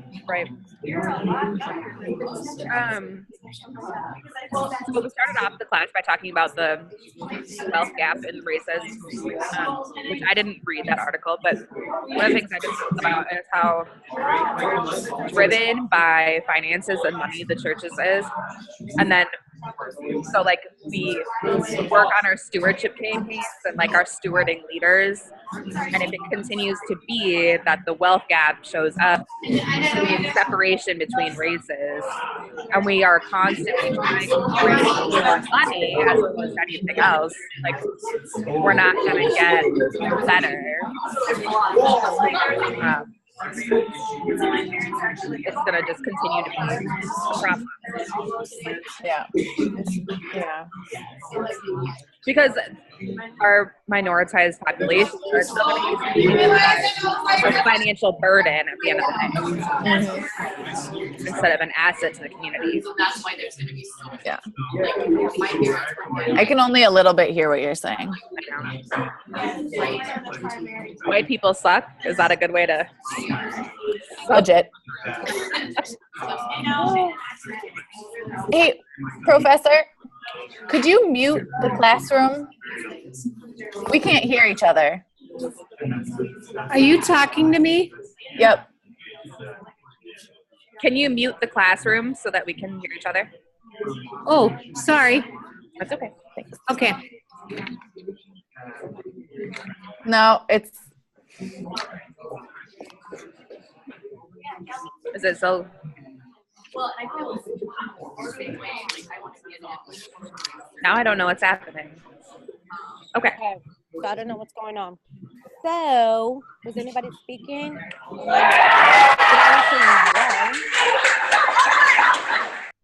Did I interrupt anyone? I think did the Astros win? Okay. Cool.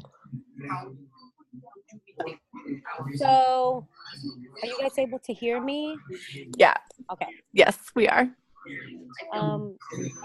Okay, so let me put my two pieces really quick. How the church is going to have to change, besides its theological lens of only a European version, the way the youth are taught. I mean, this old school, strict, I'm sorry, boring ass way that children are taught, and our youth being treated like secondhand citizens, it needs to stop, because that's the reason why the church is losing people, because those little people become older people that then have decisions to say, I don't want to deal with this anymore. So that's something that I feel like I'm battling with, especially in the Lutheran church, of having to deal with these older people that's been teaching children who thinks their way is the only way, and youth looking at Sunday school like it's just something that they have to get over with on Sundays, rather than something that they look forward to or engage to, because the older generation doesn't want to get involved, doesn't want to be in their social life, doesn't want to invest the time in finding out what our youth go through. I mean, there's a lot of shit that they go through. There's bullying, there's drugs, there's all these different sexuality that arises, all these other questions, even political, that they deal with, that as adults, I think we turn around and just be like, oh, they're kids, or don't worry about it, or this and that. And then they end up having to deal with all these things among themselves, whereas we so-called Christians, when we go through our deals and trials and tribulation, we try to turn to our faith, but yet we do horrible at being an example to teach our youth how to turn to their faith with their daily everyday stuff. So I think that's gonna have to change drastically. So yeah, so that was my part. Ta-da, I'm done. No, it makes a lot of sense. We're trying to develop a confirmation curriculum right now in my congregation, because we've had Sunday school, but not like a youth program in several years. I'm trying to figure out how to make it useful and faithful and not dumb, but also not treating them like they're dumb. That's a hard set of balances, and I think we've got some good ideas, right? We're not just wringing our hands, but we don't. Part of why we're nervous about it is because it's so rarely done well. I think that as long as they're just given the same respect as if it was assault class or anything else, I think that they would. I think we underestimate our youth. Oh, so much. Side note, hey Brigitte, guess who's doing a workshop at the ELCA youth gathering? Are you at the youth gathering or at Extravaganza? I mean, Extravaganza, because I think the youth gathering just finished. Girl. I think we're in Houston. I'm gonna be there. You are. I don't even know what Extravaganza is. Oh, you need to be there if you're working with the youth. Yeah, definitely. It's like the workshop pre-youth gathering that's basically continuing education for all different kinds of youth directors, leaders. Sweet. Well, I'm definitely not a youth pastor. I would suck at that job, but you don't have to be. Cool. Yeah, you don't have to be. I respect the folks that are. Well, I've been having this conversation with my pastor or my supervisor lately. We have a youth in our congregation that is exhibiting some concerning predatory sexual behavior, Mm. and just like other youth that are asking questions about things, and they're like watching shows, and their parents are talking to them about date rape, and then just like sex in general. And I'm like, I think we should add this into a confirmation curriculum. And she's like, we don't have time.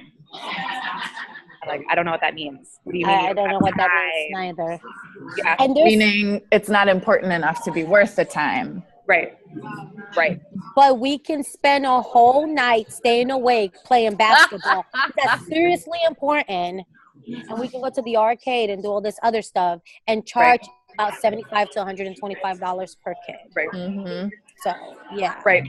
Well, and I think she's operating under this assumption that there's a list of things that you have to teach kids for them to qualify to be confirmed. And I'm like, that list of things is not a real list anymore. Like that's not, it assumes again, like once you're confirmed, you don't have to think about your faith anymore. Right. This Not isn't gained all the graduation. knowledge. Right. Exactly. Yeah. And it goes back into that whole thing of just trying to being so robotic about things. You can't be robotic about things. Life happens. There's like all this. Okay, so like not so long ago, I went to get my son and he was playing basketball, and there was this guy who came that was gonna play with him. Well, this dude looked like he shaved, and my son is 12, so why the F are you even excited to go play with my son? We have problems. And it occurred to me that with all of our girls, we had conversations about strangers and being raped and being this, but we never once stopped and be like, hey, you know what? Boys get kidnapped, boys get raped, and like we had to like seriously go into it. So I could understand something that's overlooked because you're so accustomed to this routine, but once it gets brought up, for it to just be like no time, or for not to like make space for it, there's no excuse for that. I just don't see it. Yeah. I don't understand it's like the church is a place now that is just like, let me just get my holy water, my blessings, and let me move the hell on. Let me get my sins forgiven, rather than a place that you want to go and that serenity, that like, it's just not like that anymore. And it's so sad. Yeah. It's so sad. So I'm just hoping that this newer generation can bring that back. Thanks for your armpit view. It was nice. Your tattoo is really cool. Totally look waxed. I shaved 2 days ago. Hey, thank you for not Catherine me. This is recording, isn't it? It sure is.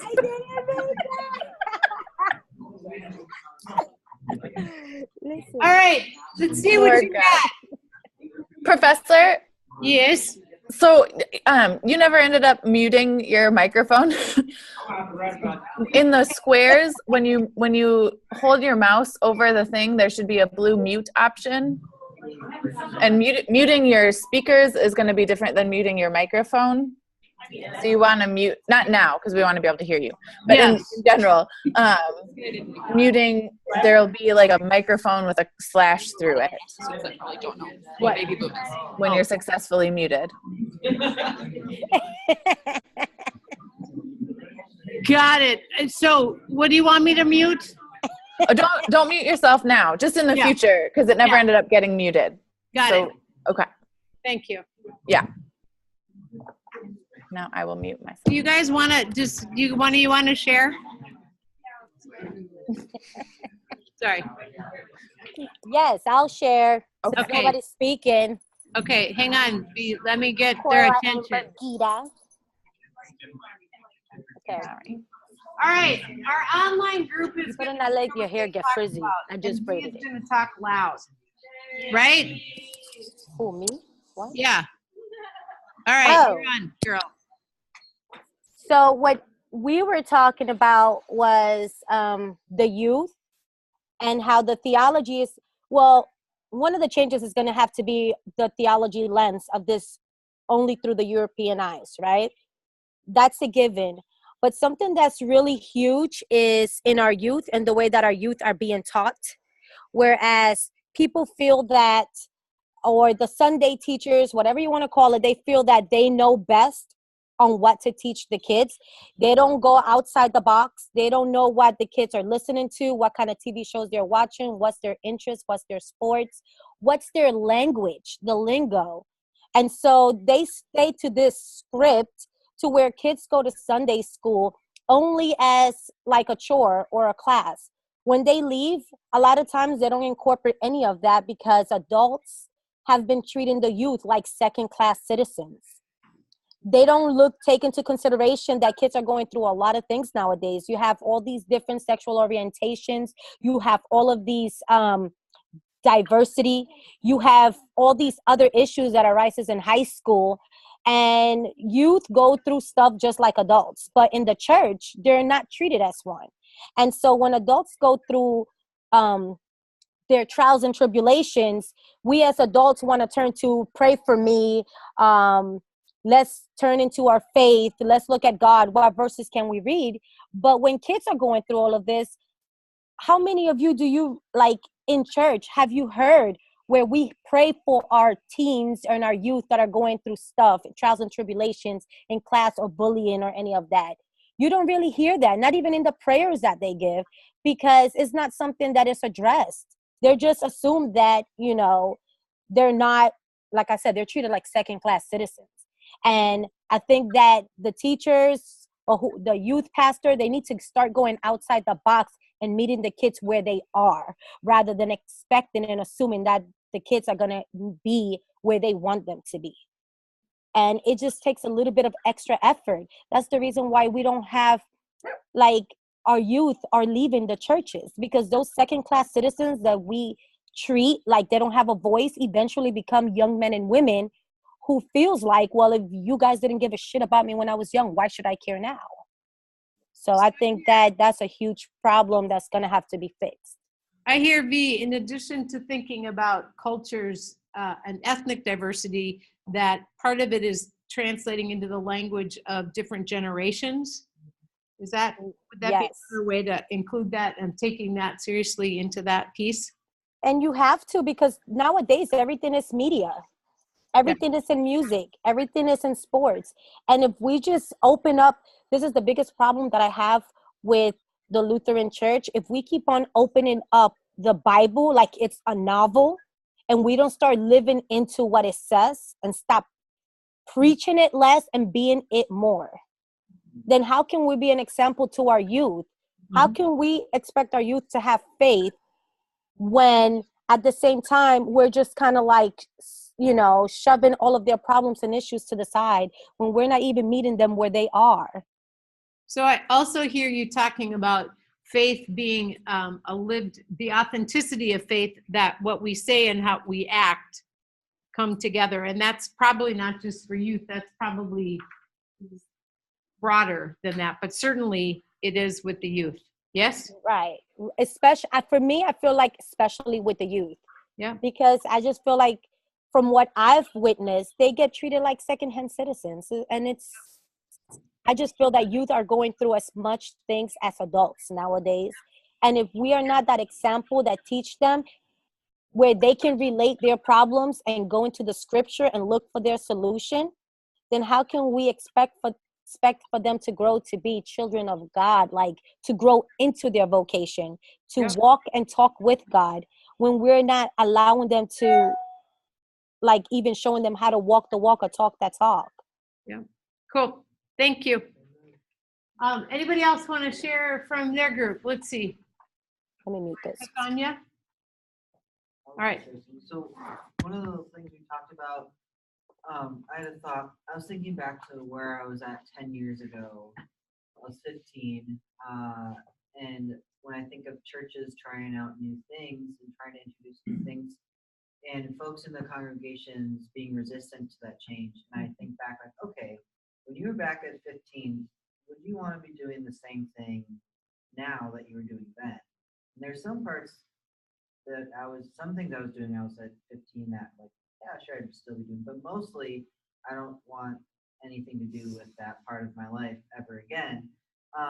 So why not embrace change? Like, yeah, it's scary, but life is scary, so why not? Like, we're all doing this together. we might revisit old trends like bell bottoms and Right. 80s Right. styles, but yeah. Well, and I think your point is well taken. We in our own lives change. Yeah. And it may be 10 years, but it might be, I mean, we have seasons, Yeah. right? Right? You change a lot between, 12 and 15 or 18, right? You don't maybe change as much between 30 and 40, but you still change, right? Different things around you, different, pieces. And so to embrace that and to say, this is part of human organizations, human beings, right? Being dynamic, right? And it doesn't have to be so scary, right? But it does take some different postures, right? To within that. Helpful. What else?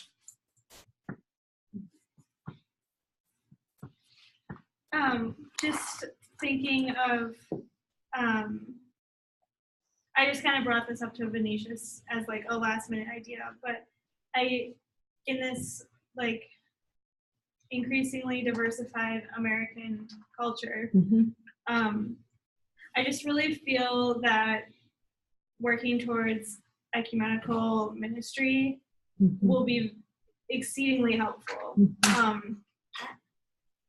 Because, I mean, in a perfect world, all of the barriers that are keeping people out of churches or unwelcome from churches would be gone.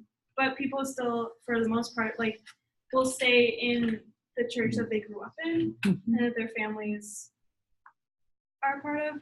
And so I just feel like if our country would focus on kind of like an ecumenical American Christianity and like living that out, I feel like that could make a world of difference. But I am 23 and I have no imagination for what that could be. So, well, and I think on two fronts, right? What if a public witness to Christianity was Christian churches collaborating, being partners, whatever? I mean, maybe that's a Christian witness in and of itself, right? But I think the other piece on our ecumenical is that there are actual projects, initiatives, ways of thinking about this we could do better together, right? To say these issues are not just unique to any particular denomination, right? I mean, and that could be even beyond just Christian witness, that could be religious organizations in general, right? What does it mean to be brothers and sisters alongside each other, right? And I feel like too, if denominations would be more ecumenical and working together and whatnot, that sends a very strong message to the people of like, oh, like, so would the Lutheran Church kind of be paired with the Episcopal Church a little bit? Yep. Like I would feel fairly comfortable going into an Episcopal Church, but I'm not sure how I would feel going into, well, I know how I feel going into a Catholic Church, but and so like, I think it would send a strong message of like, you're welcome here, even if you're not part of this denomination. Yeah, helpful. What else, Stacy? We had a really interesting discussion because we actually did tap into Tanzania, Liberia, to hear what they're experiencing, talking about aging and immigration. Especially when you're walking with families that are struggling with health issues. For sure. That you wouldn't have experienced 30 or 40 years ago, like Alzheimer's and those kinds of things that are coming out. And the biggest thing, one of the big things we talked about was stepping out of our comfort zones as Christian public leaders. And for us, that's, at least in the United States, I think that's hard. I'm not sure I understand. Doing the work. Siri, I'm sorry. Don't talk to me. Okay. There you go. It's hard when you're doing the work in your congregations, but at the same time, you want to be an example, to your congregation of stepping out of your comfort zone, accepting the gaps that are affecting everyone. Right. It just goes back to the number 2 on there, getting comfortable talking about changing demographics. Right. And it could be as much as us, as a leader, learning another language. Right. People come into this country and are expected to already know English. and they can't survive in our society if they don't. And you know, for a long time, at least I remember, we're probably about the same age, that it felt like we were moving to that where you had to learn a second language, whatever it was, you had to take one, and now that seems to have fallen to the wayside. Yeah, it's more like a novelty than something else. Yeah. A couple more comments, really helpful. Yeah. So I'm from French context. Yeah. I also sense that it's better to think practically, just to get out of this comfort zone and system and listen to the Holy Spirit. And there are lots of things that are beyond our comprehension, our imagination. Amen to that. Yeah. Otherwise, if we sit here and say a lot of things academic, it doesn't work. For example, the church should learn from one another. I came from a Lutheran church, and we don't post about our members. So, of being more than 70% are young and youth and still growing and increasing, and we should learn from one another. These things are not the result of something happened now. It has its own reasons and its own way. It started long before. And we should be ready for what's coming ahead of us. We observe, as we say, in our Christian way. And I appreciate the sense of there's a practicality. It's not dumbing it down. It's not being instrumental, right? It's not saying what works, what doesn't, right? But there's some practicalities to opening yourself to the neighbor, to somebody different and learning, right? And saying, I don't know where that's going to go, right? It's not forcing it through a thing, but it is saying, Lord, where shall we show up, right? So I appreciate that piece, because at the end of the day, we got to do some things differently, right? We got to be open to being changed ourselves, right? I was just looking, and every one of your conversations, except you all, and you have your own diversity, right, are coming from extremely different locations. Like if we would have broken into small groups here in any other of my Leading Christian Communities in Mission class, we would not have had this kind of conversation. The angles of which you bring into this conversation is different than what has happened before in this class. That's the future coming into the now at Luther Seminary, right? I mean, just in this class, in this little petri dish of leadership formation thing, right? But that in and of itself, I'll do this and then you can finish, is joy to me. You're practically learning about your neighbor and talking with each other about these things is part of what you get to continue, right? In different ways. You know, I was interested to hear about my friend's context. Can you share about your context? Evans? In Iowa? Yeah. Okay, so Northern Iowa. Yeah, right? yeah. We're about as white as it comes. Is your jersey as white as your jersey? What? Is it as white as your jersey? Yes. It's just as white as my jersey. It's and it can be really hard, I think. I don't know if you can see it. Three different areas that Yeah. we're talking about. Like for my congregation, I think we're almost ahead of the curve on age, actually, because our congregation is very aged, it's very elderly.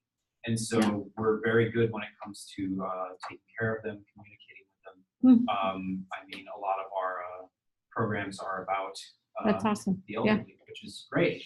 But when it comes to ethnic diversity and stuff, there's only one person in our congregation who is of a different color entirely. And so, and even just around in Iowa in general, in my area, seeing anybody who's of different color is like seeing a unicorn. So currently it's a question of how exactly do you open up conversations about that, have serious talks about it, when there's literally no one around who you can communicate with. Yeah. And so, I mean, like the closest we have is probably Hampton, which is like 30 minutes away from where I'm at. And it has a high Latino, mostly Mexican population. But, you know, just getting to that area in general can be a difficulty for us. Yeah. Stacey, did you want to respond? Well, I think it's kind of like being up here in the cities and being in maybe in a white neighborhood and you've got a Muslim community right next to you. And I think it's a matter of opening an invitation to be with one another, in community with one another. If you can find that break in that community that's near you, that is willing to be vulnerable, that's how that's going to happen. Because it's not going to be, it sounds like it's not going to be them going to you or even you going to them. Someone has to Be the bridge. see it. Yeah. Well, I think it's going to be a challenge for us because oftentimes our communities are more diverse than one would know. I can shop at Target or I can shop at Walmart at a certain hour of the day, and it looks like and they're literally a kitty corner from each other. Right, Gia? You know where I'm talking about, right? Yeah, it's very true. And literally, I'm like, is this in the same community? It is, right? But we cluster, right? Now that's in the city, right? But I know many of the rural communities where the similar things are happening. I'm not saying where you're from in Iowa, but I'm saying in certain parts we're shifting. And I think we might have the opportunity as Christian public leaders to do something. Gia and then Beth. I was going to say in our conversation, we talked about this too. And we talked about the fact that, you know, in looking at these three areas that you provided for us to consider: age, immigration, ethnic diversity. Filippo's added gender and sexual diversity as well to that. For sure. But one of the things that we talked about was that, you know, like, this is the church. These are the people that we're ministering to. Yes. I mean, so to not take this into consideration, regardless of our own personal feelings or beliefs, I mean, there would be no church. This is the church. You know what I mean? Like, we're a pretty motley crew. Deal with it, right? We don't get to choose. You're looking at this chart, and it's like it'd be non-existent, right? But one of the things that we discussed was the intersection between this and even the scripture that we discussed at the beginning of class about, you know, that human form and that human perspective, the human view that we have, right? And how we are regarding each other, and how we're called to regard each other as well. Thanks, yeah. And how the gospel also, if I may, Yeah, just to yeah. follow up, how the gospel frees one to be hospitable and one to be loving, but also frees another to reclaim their body and their space and their time and their power. Well, we are bodies. Yes. And we come with all that our body is positive and negative, the baggage, the opportunity, whatever, but we are not just that, right? But we don't ignore it. Yeah. Beth. And maybe your congregation is very, very white. But somebody's child married who, whatever, from a different race, from a different race and country. country, different religious background, different whatever, and they're having to reconcile that because it's affecting their family. So that's touching you and your congregation, even if it's not in your community immediately. That's the group that's still there. Well, and some of this might be, and let me comment, and then Joe, and then that is that the sense of maybe we start by just saying our country is changing, and all of us around, and how might we prepare? How might we start thinking about it? I mean, there is a sense of we are multiple citizens, right? And we're called to live well in this country with our neighbors as they are, not just like the zip code, right? But also, we're going to talk about we're global neighbors too. We're going to talk about that because we're also not doing well as being global neighbors. So these two, and then we're going to quick going. Wherever. Right. Joe. Yeah, just real quick, like I think it's super important. I think we all get that it's super important to like build those cultural bridges.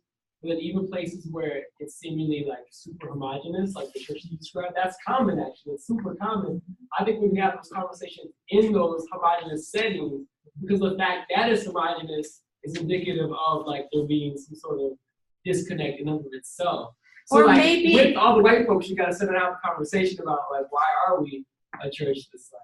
Or maybe they're not as homogenous as they think they are. Right, yeah, and exploring the diversity that's even within. Right. That's why I said seemingly Yeah, homogenous. yeah, The I know. diversity That's is even right, within right. that. So I think having those Right. conversations there, even before you go out to like Yeah, talk to. that's good, You know, Joe. I think that's super important to have those conversations there Yeah. too. To kind of deconstruct and reconstruct like the identity Yeah. and understanding of who you are as a congregation as well. Adani. We also just told us from our family perspective. Yeah.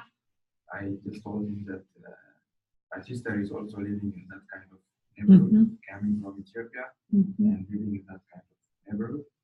And he's also living in that kind of neighborhood. And my context is totally different. yeah, in general, yeah. You weren't you though last year? No? Yeah. Yeah. Last year. Yeah. So I understand him and I Yeah. understand. Yeah. And in general, what I commented is whether we like or not, something is coming, something. Right. Coming, and we have to be ready earlier. Right. Right. And I think that's the question is how can we not wait for a crisis, right? How can we begin to learn new ways, right? All right. Yeah. Talk about the ELCA's demographics, but I'm wondering if you know RCA's demographics at all, like percentage-wise. I'm just curious. Yeah. Yeah. Fairly high. I don't think we're as high as the ELCA. It's hard to be as high. Our We are. Eastern It is just, we make that so darn small. Our East and Sorry. West Coast are the Midwest, which is Yeah. most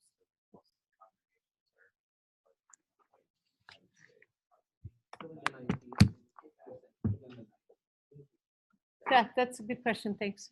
All right, we're gonna quickly finish up with this. This is, we didn't get to this, but we're gonna do this as we move into the global context. U.S. poverty. The deeper purple is 18% or more.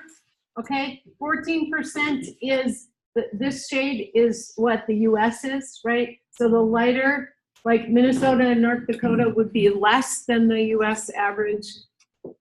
Louisiana, New Mexico, Kentucky would be higher, just as an example, right? But overall, this is maybe something we work on. I don't know. I think we're better at poverty than in some ways than some other things, but poverty is not one thing, right? So it's not all equal.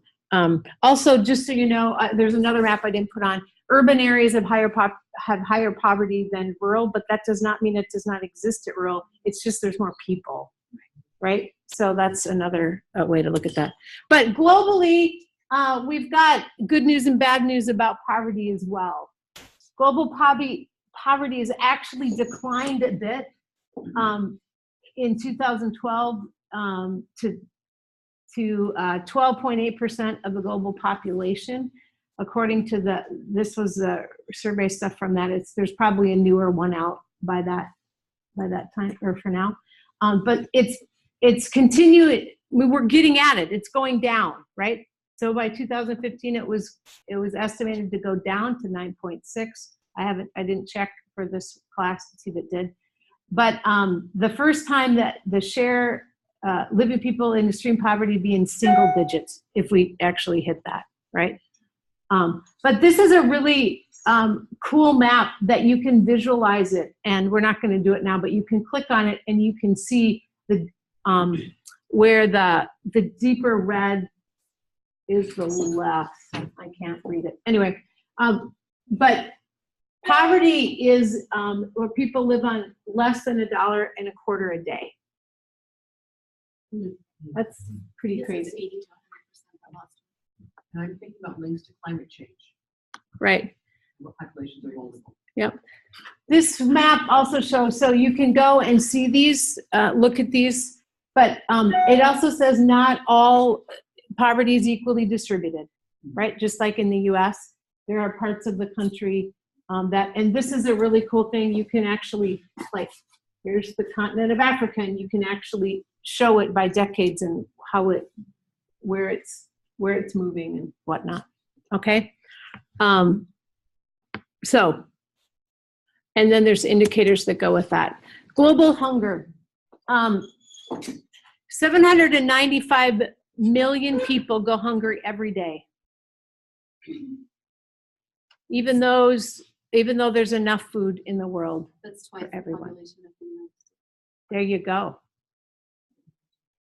Thank you. Almost half of all children who die before their 5th birthday are malnutrition. The good news is hunger is on the way down, but the work is not over. These are statistics. These are realities that I think we as church people have to bring to the people's attention. That might be in our neighborhood. It might be in our part of the country. It might be to a part of the country, of the world we've never been to, but they don't have food. How available are stats on free and reduced lunch? That's a good question. Does anybody know that? What was the question? How available are stats on free and reduced lunch? Do you know that, Gia? Yeah, They are. They're available. It's just the names are confidential, but in terms of the statistics, yeah, you can get them district-wide, like from the district, and then they should be available by numbers by school as well. So that would be telling. And Yeah. it's small town forever. Yeah. Yeah. You know that 65% of the students are eligible for free and reduced lunches. Yep. Poverty is right here. Right. Yeah. Yep. To be at my internship site, our school was 51%. That's crazy. Free reduced lunch. Yeah. Thank goodness for that 1%. Thank goodness for that 1% to be able to get state, right? To get the food. Yeah. I know that sounds bad. No. Yeah. Right? I mean, it does. You can't get state meals unless it's over 50%. Like in the summertime, you can't get the school can't get. So if it's 25 or 40%, it's not high enough for them to place food in. So, Wow. not for like during, at least in this state. I don't know about other states, but in this state, like over the summertime when schools are closed, there are federal programs that make the schools a site so they can provide meals on site for families or for kids 0 through 18. But if the school is not at 50%, they don't qualify. So there'd be 40%, 30%, and couldn't access that food. So that's why I say that is like thank God for the 1%. And that's also, those are the kinds of questions to ask in your community and to say, do we need to join forces, right? Yeah. One of the congregation that visited out in North Dakota was really working at summertime food Yes. council. Yeah. Because the kids get meals while they're in school. Right. But for the summertime, right, what do you do? And if 20 miles to school is not practical to drive your kid in there twice a day. Right. It's a neighborhood school. Right. But I was just gonna say something that I will commend my home church for is that. So I grew up in McFarland, Wisconsin, which is right by Madison, and it's pretty middle class to upper middle class, and people are very concerned about image. But there is a population in our town that is food insecure, but because of the image, just like image being an issue in our, and people wanting to uphold that, they're afraid to ask for help. Yeah. And so my pastors realized that, and they started like having meals for the community. Thursdays that are like open to everybody, and like reached out to those people that had come to them and said that they were food insecure as a way to like they could still get food without like worrying about their image in the community. I mean, that in and of itself is like its own separate issue, but I just thought it was interesting that my church found a way. Well, and to go along with sometimes people have other needs that those services need. Some people, it may be they don't have food. Some people maybe need community, right? And need other people. So I think sometimes churches have the opportunity, I think it's a great example, to say, how might we be the church, right? And come together, and it's not us and them, us serving you, but we're together in this, right? There's a lot of creative ways we can enter into this. So global hunger. By 2030, global food demand is expected to rise by 35%. This is just a chart. These are countries. So China, India, Asia, Japan, United States, European Union, others are out. Those are the different ones. Look at that. They're all a little bit less maybe in there, right? By 2030, only 1 in 7 people are expected to be consuming less than 2,500 calories a day. That is good news. In other words, we're going after this, right? But there's more work to be done. Global education is another huge thing. And you maybe have heard this, education is sexist, right? In this, your sex can determine if you get an education. Nelson Mandela said, education is the most powerful weapon you can use to change the world. A quality education gives us all the chance to build the life we want, and the children born into poverty, sometimes by your geography, makes a difference, sometimes in education. There's been a surge in the number of children going to primary school around the world, but 57 million are still missing out today. Children from the poorest countries, girls, those living in conflict zones or with disabilities and minority groups are likely to be kind of on the margins, right? Getting every child into school is just one part of a goal. It is about making sure that education that they get there is good quality and that they finish. Often for boys, it's as they get older, they have to go work, so they don't finish. It's not that it's not accessible, but that, so something to think about. Here's just some 57 million more children in the sub-Saharan Africa have enrolled in primary schools in 2012 and 2000. So it's on the rise.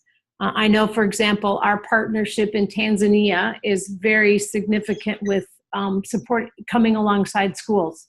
It's public school, but we come alongside them, and the pastor is a partner with the role. Is Nordfree, is that the case in your area too? Yeah, and it's wonderful to see that kind of collaboration and how those things are happening. But it's also in teachers. So one of the young people that we sponsored to go to school got to go to high school and is now to college, and he's now going to start to be a teacher. And we got to meet him, and he stayed back one day from school on a break so he could thank our church. I'm like, I didn't have anything to do with it. I'm just a representative. Talk about being an ambassador, right?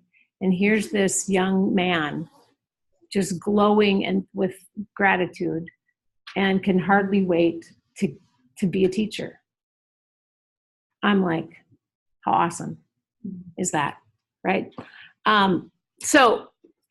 We've talked mostly about this, but I want you to think, if we are living in a fluid, uncertain global world, not just domestically, and if we, God's people, are called to participate in God's mission in the world in which we live, not any other world, by the way, there's only this one, then how do we take these things seriously? We're out of time. Have a good day.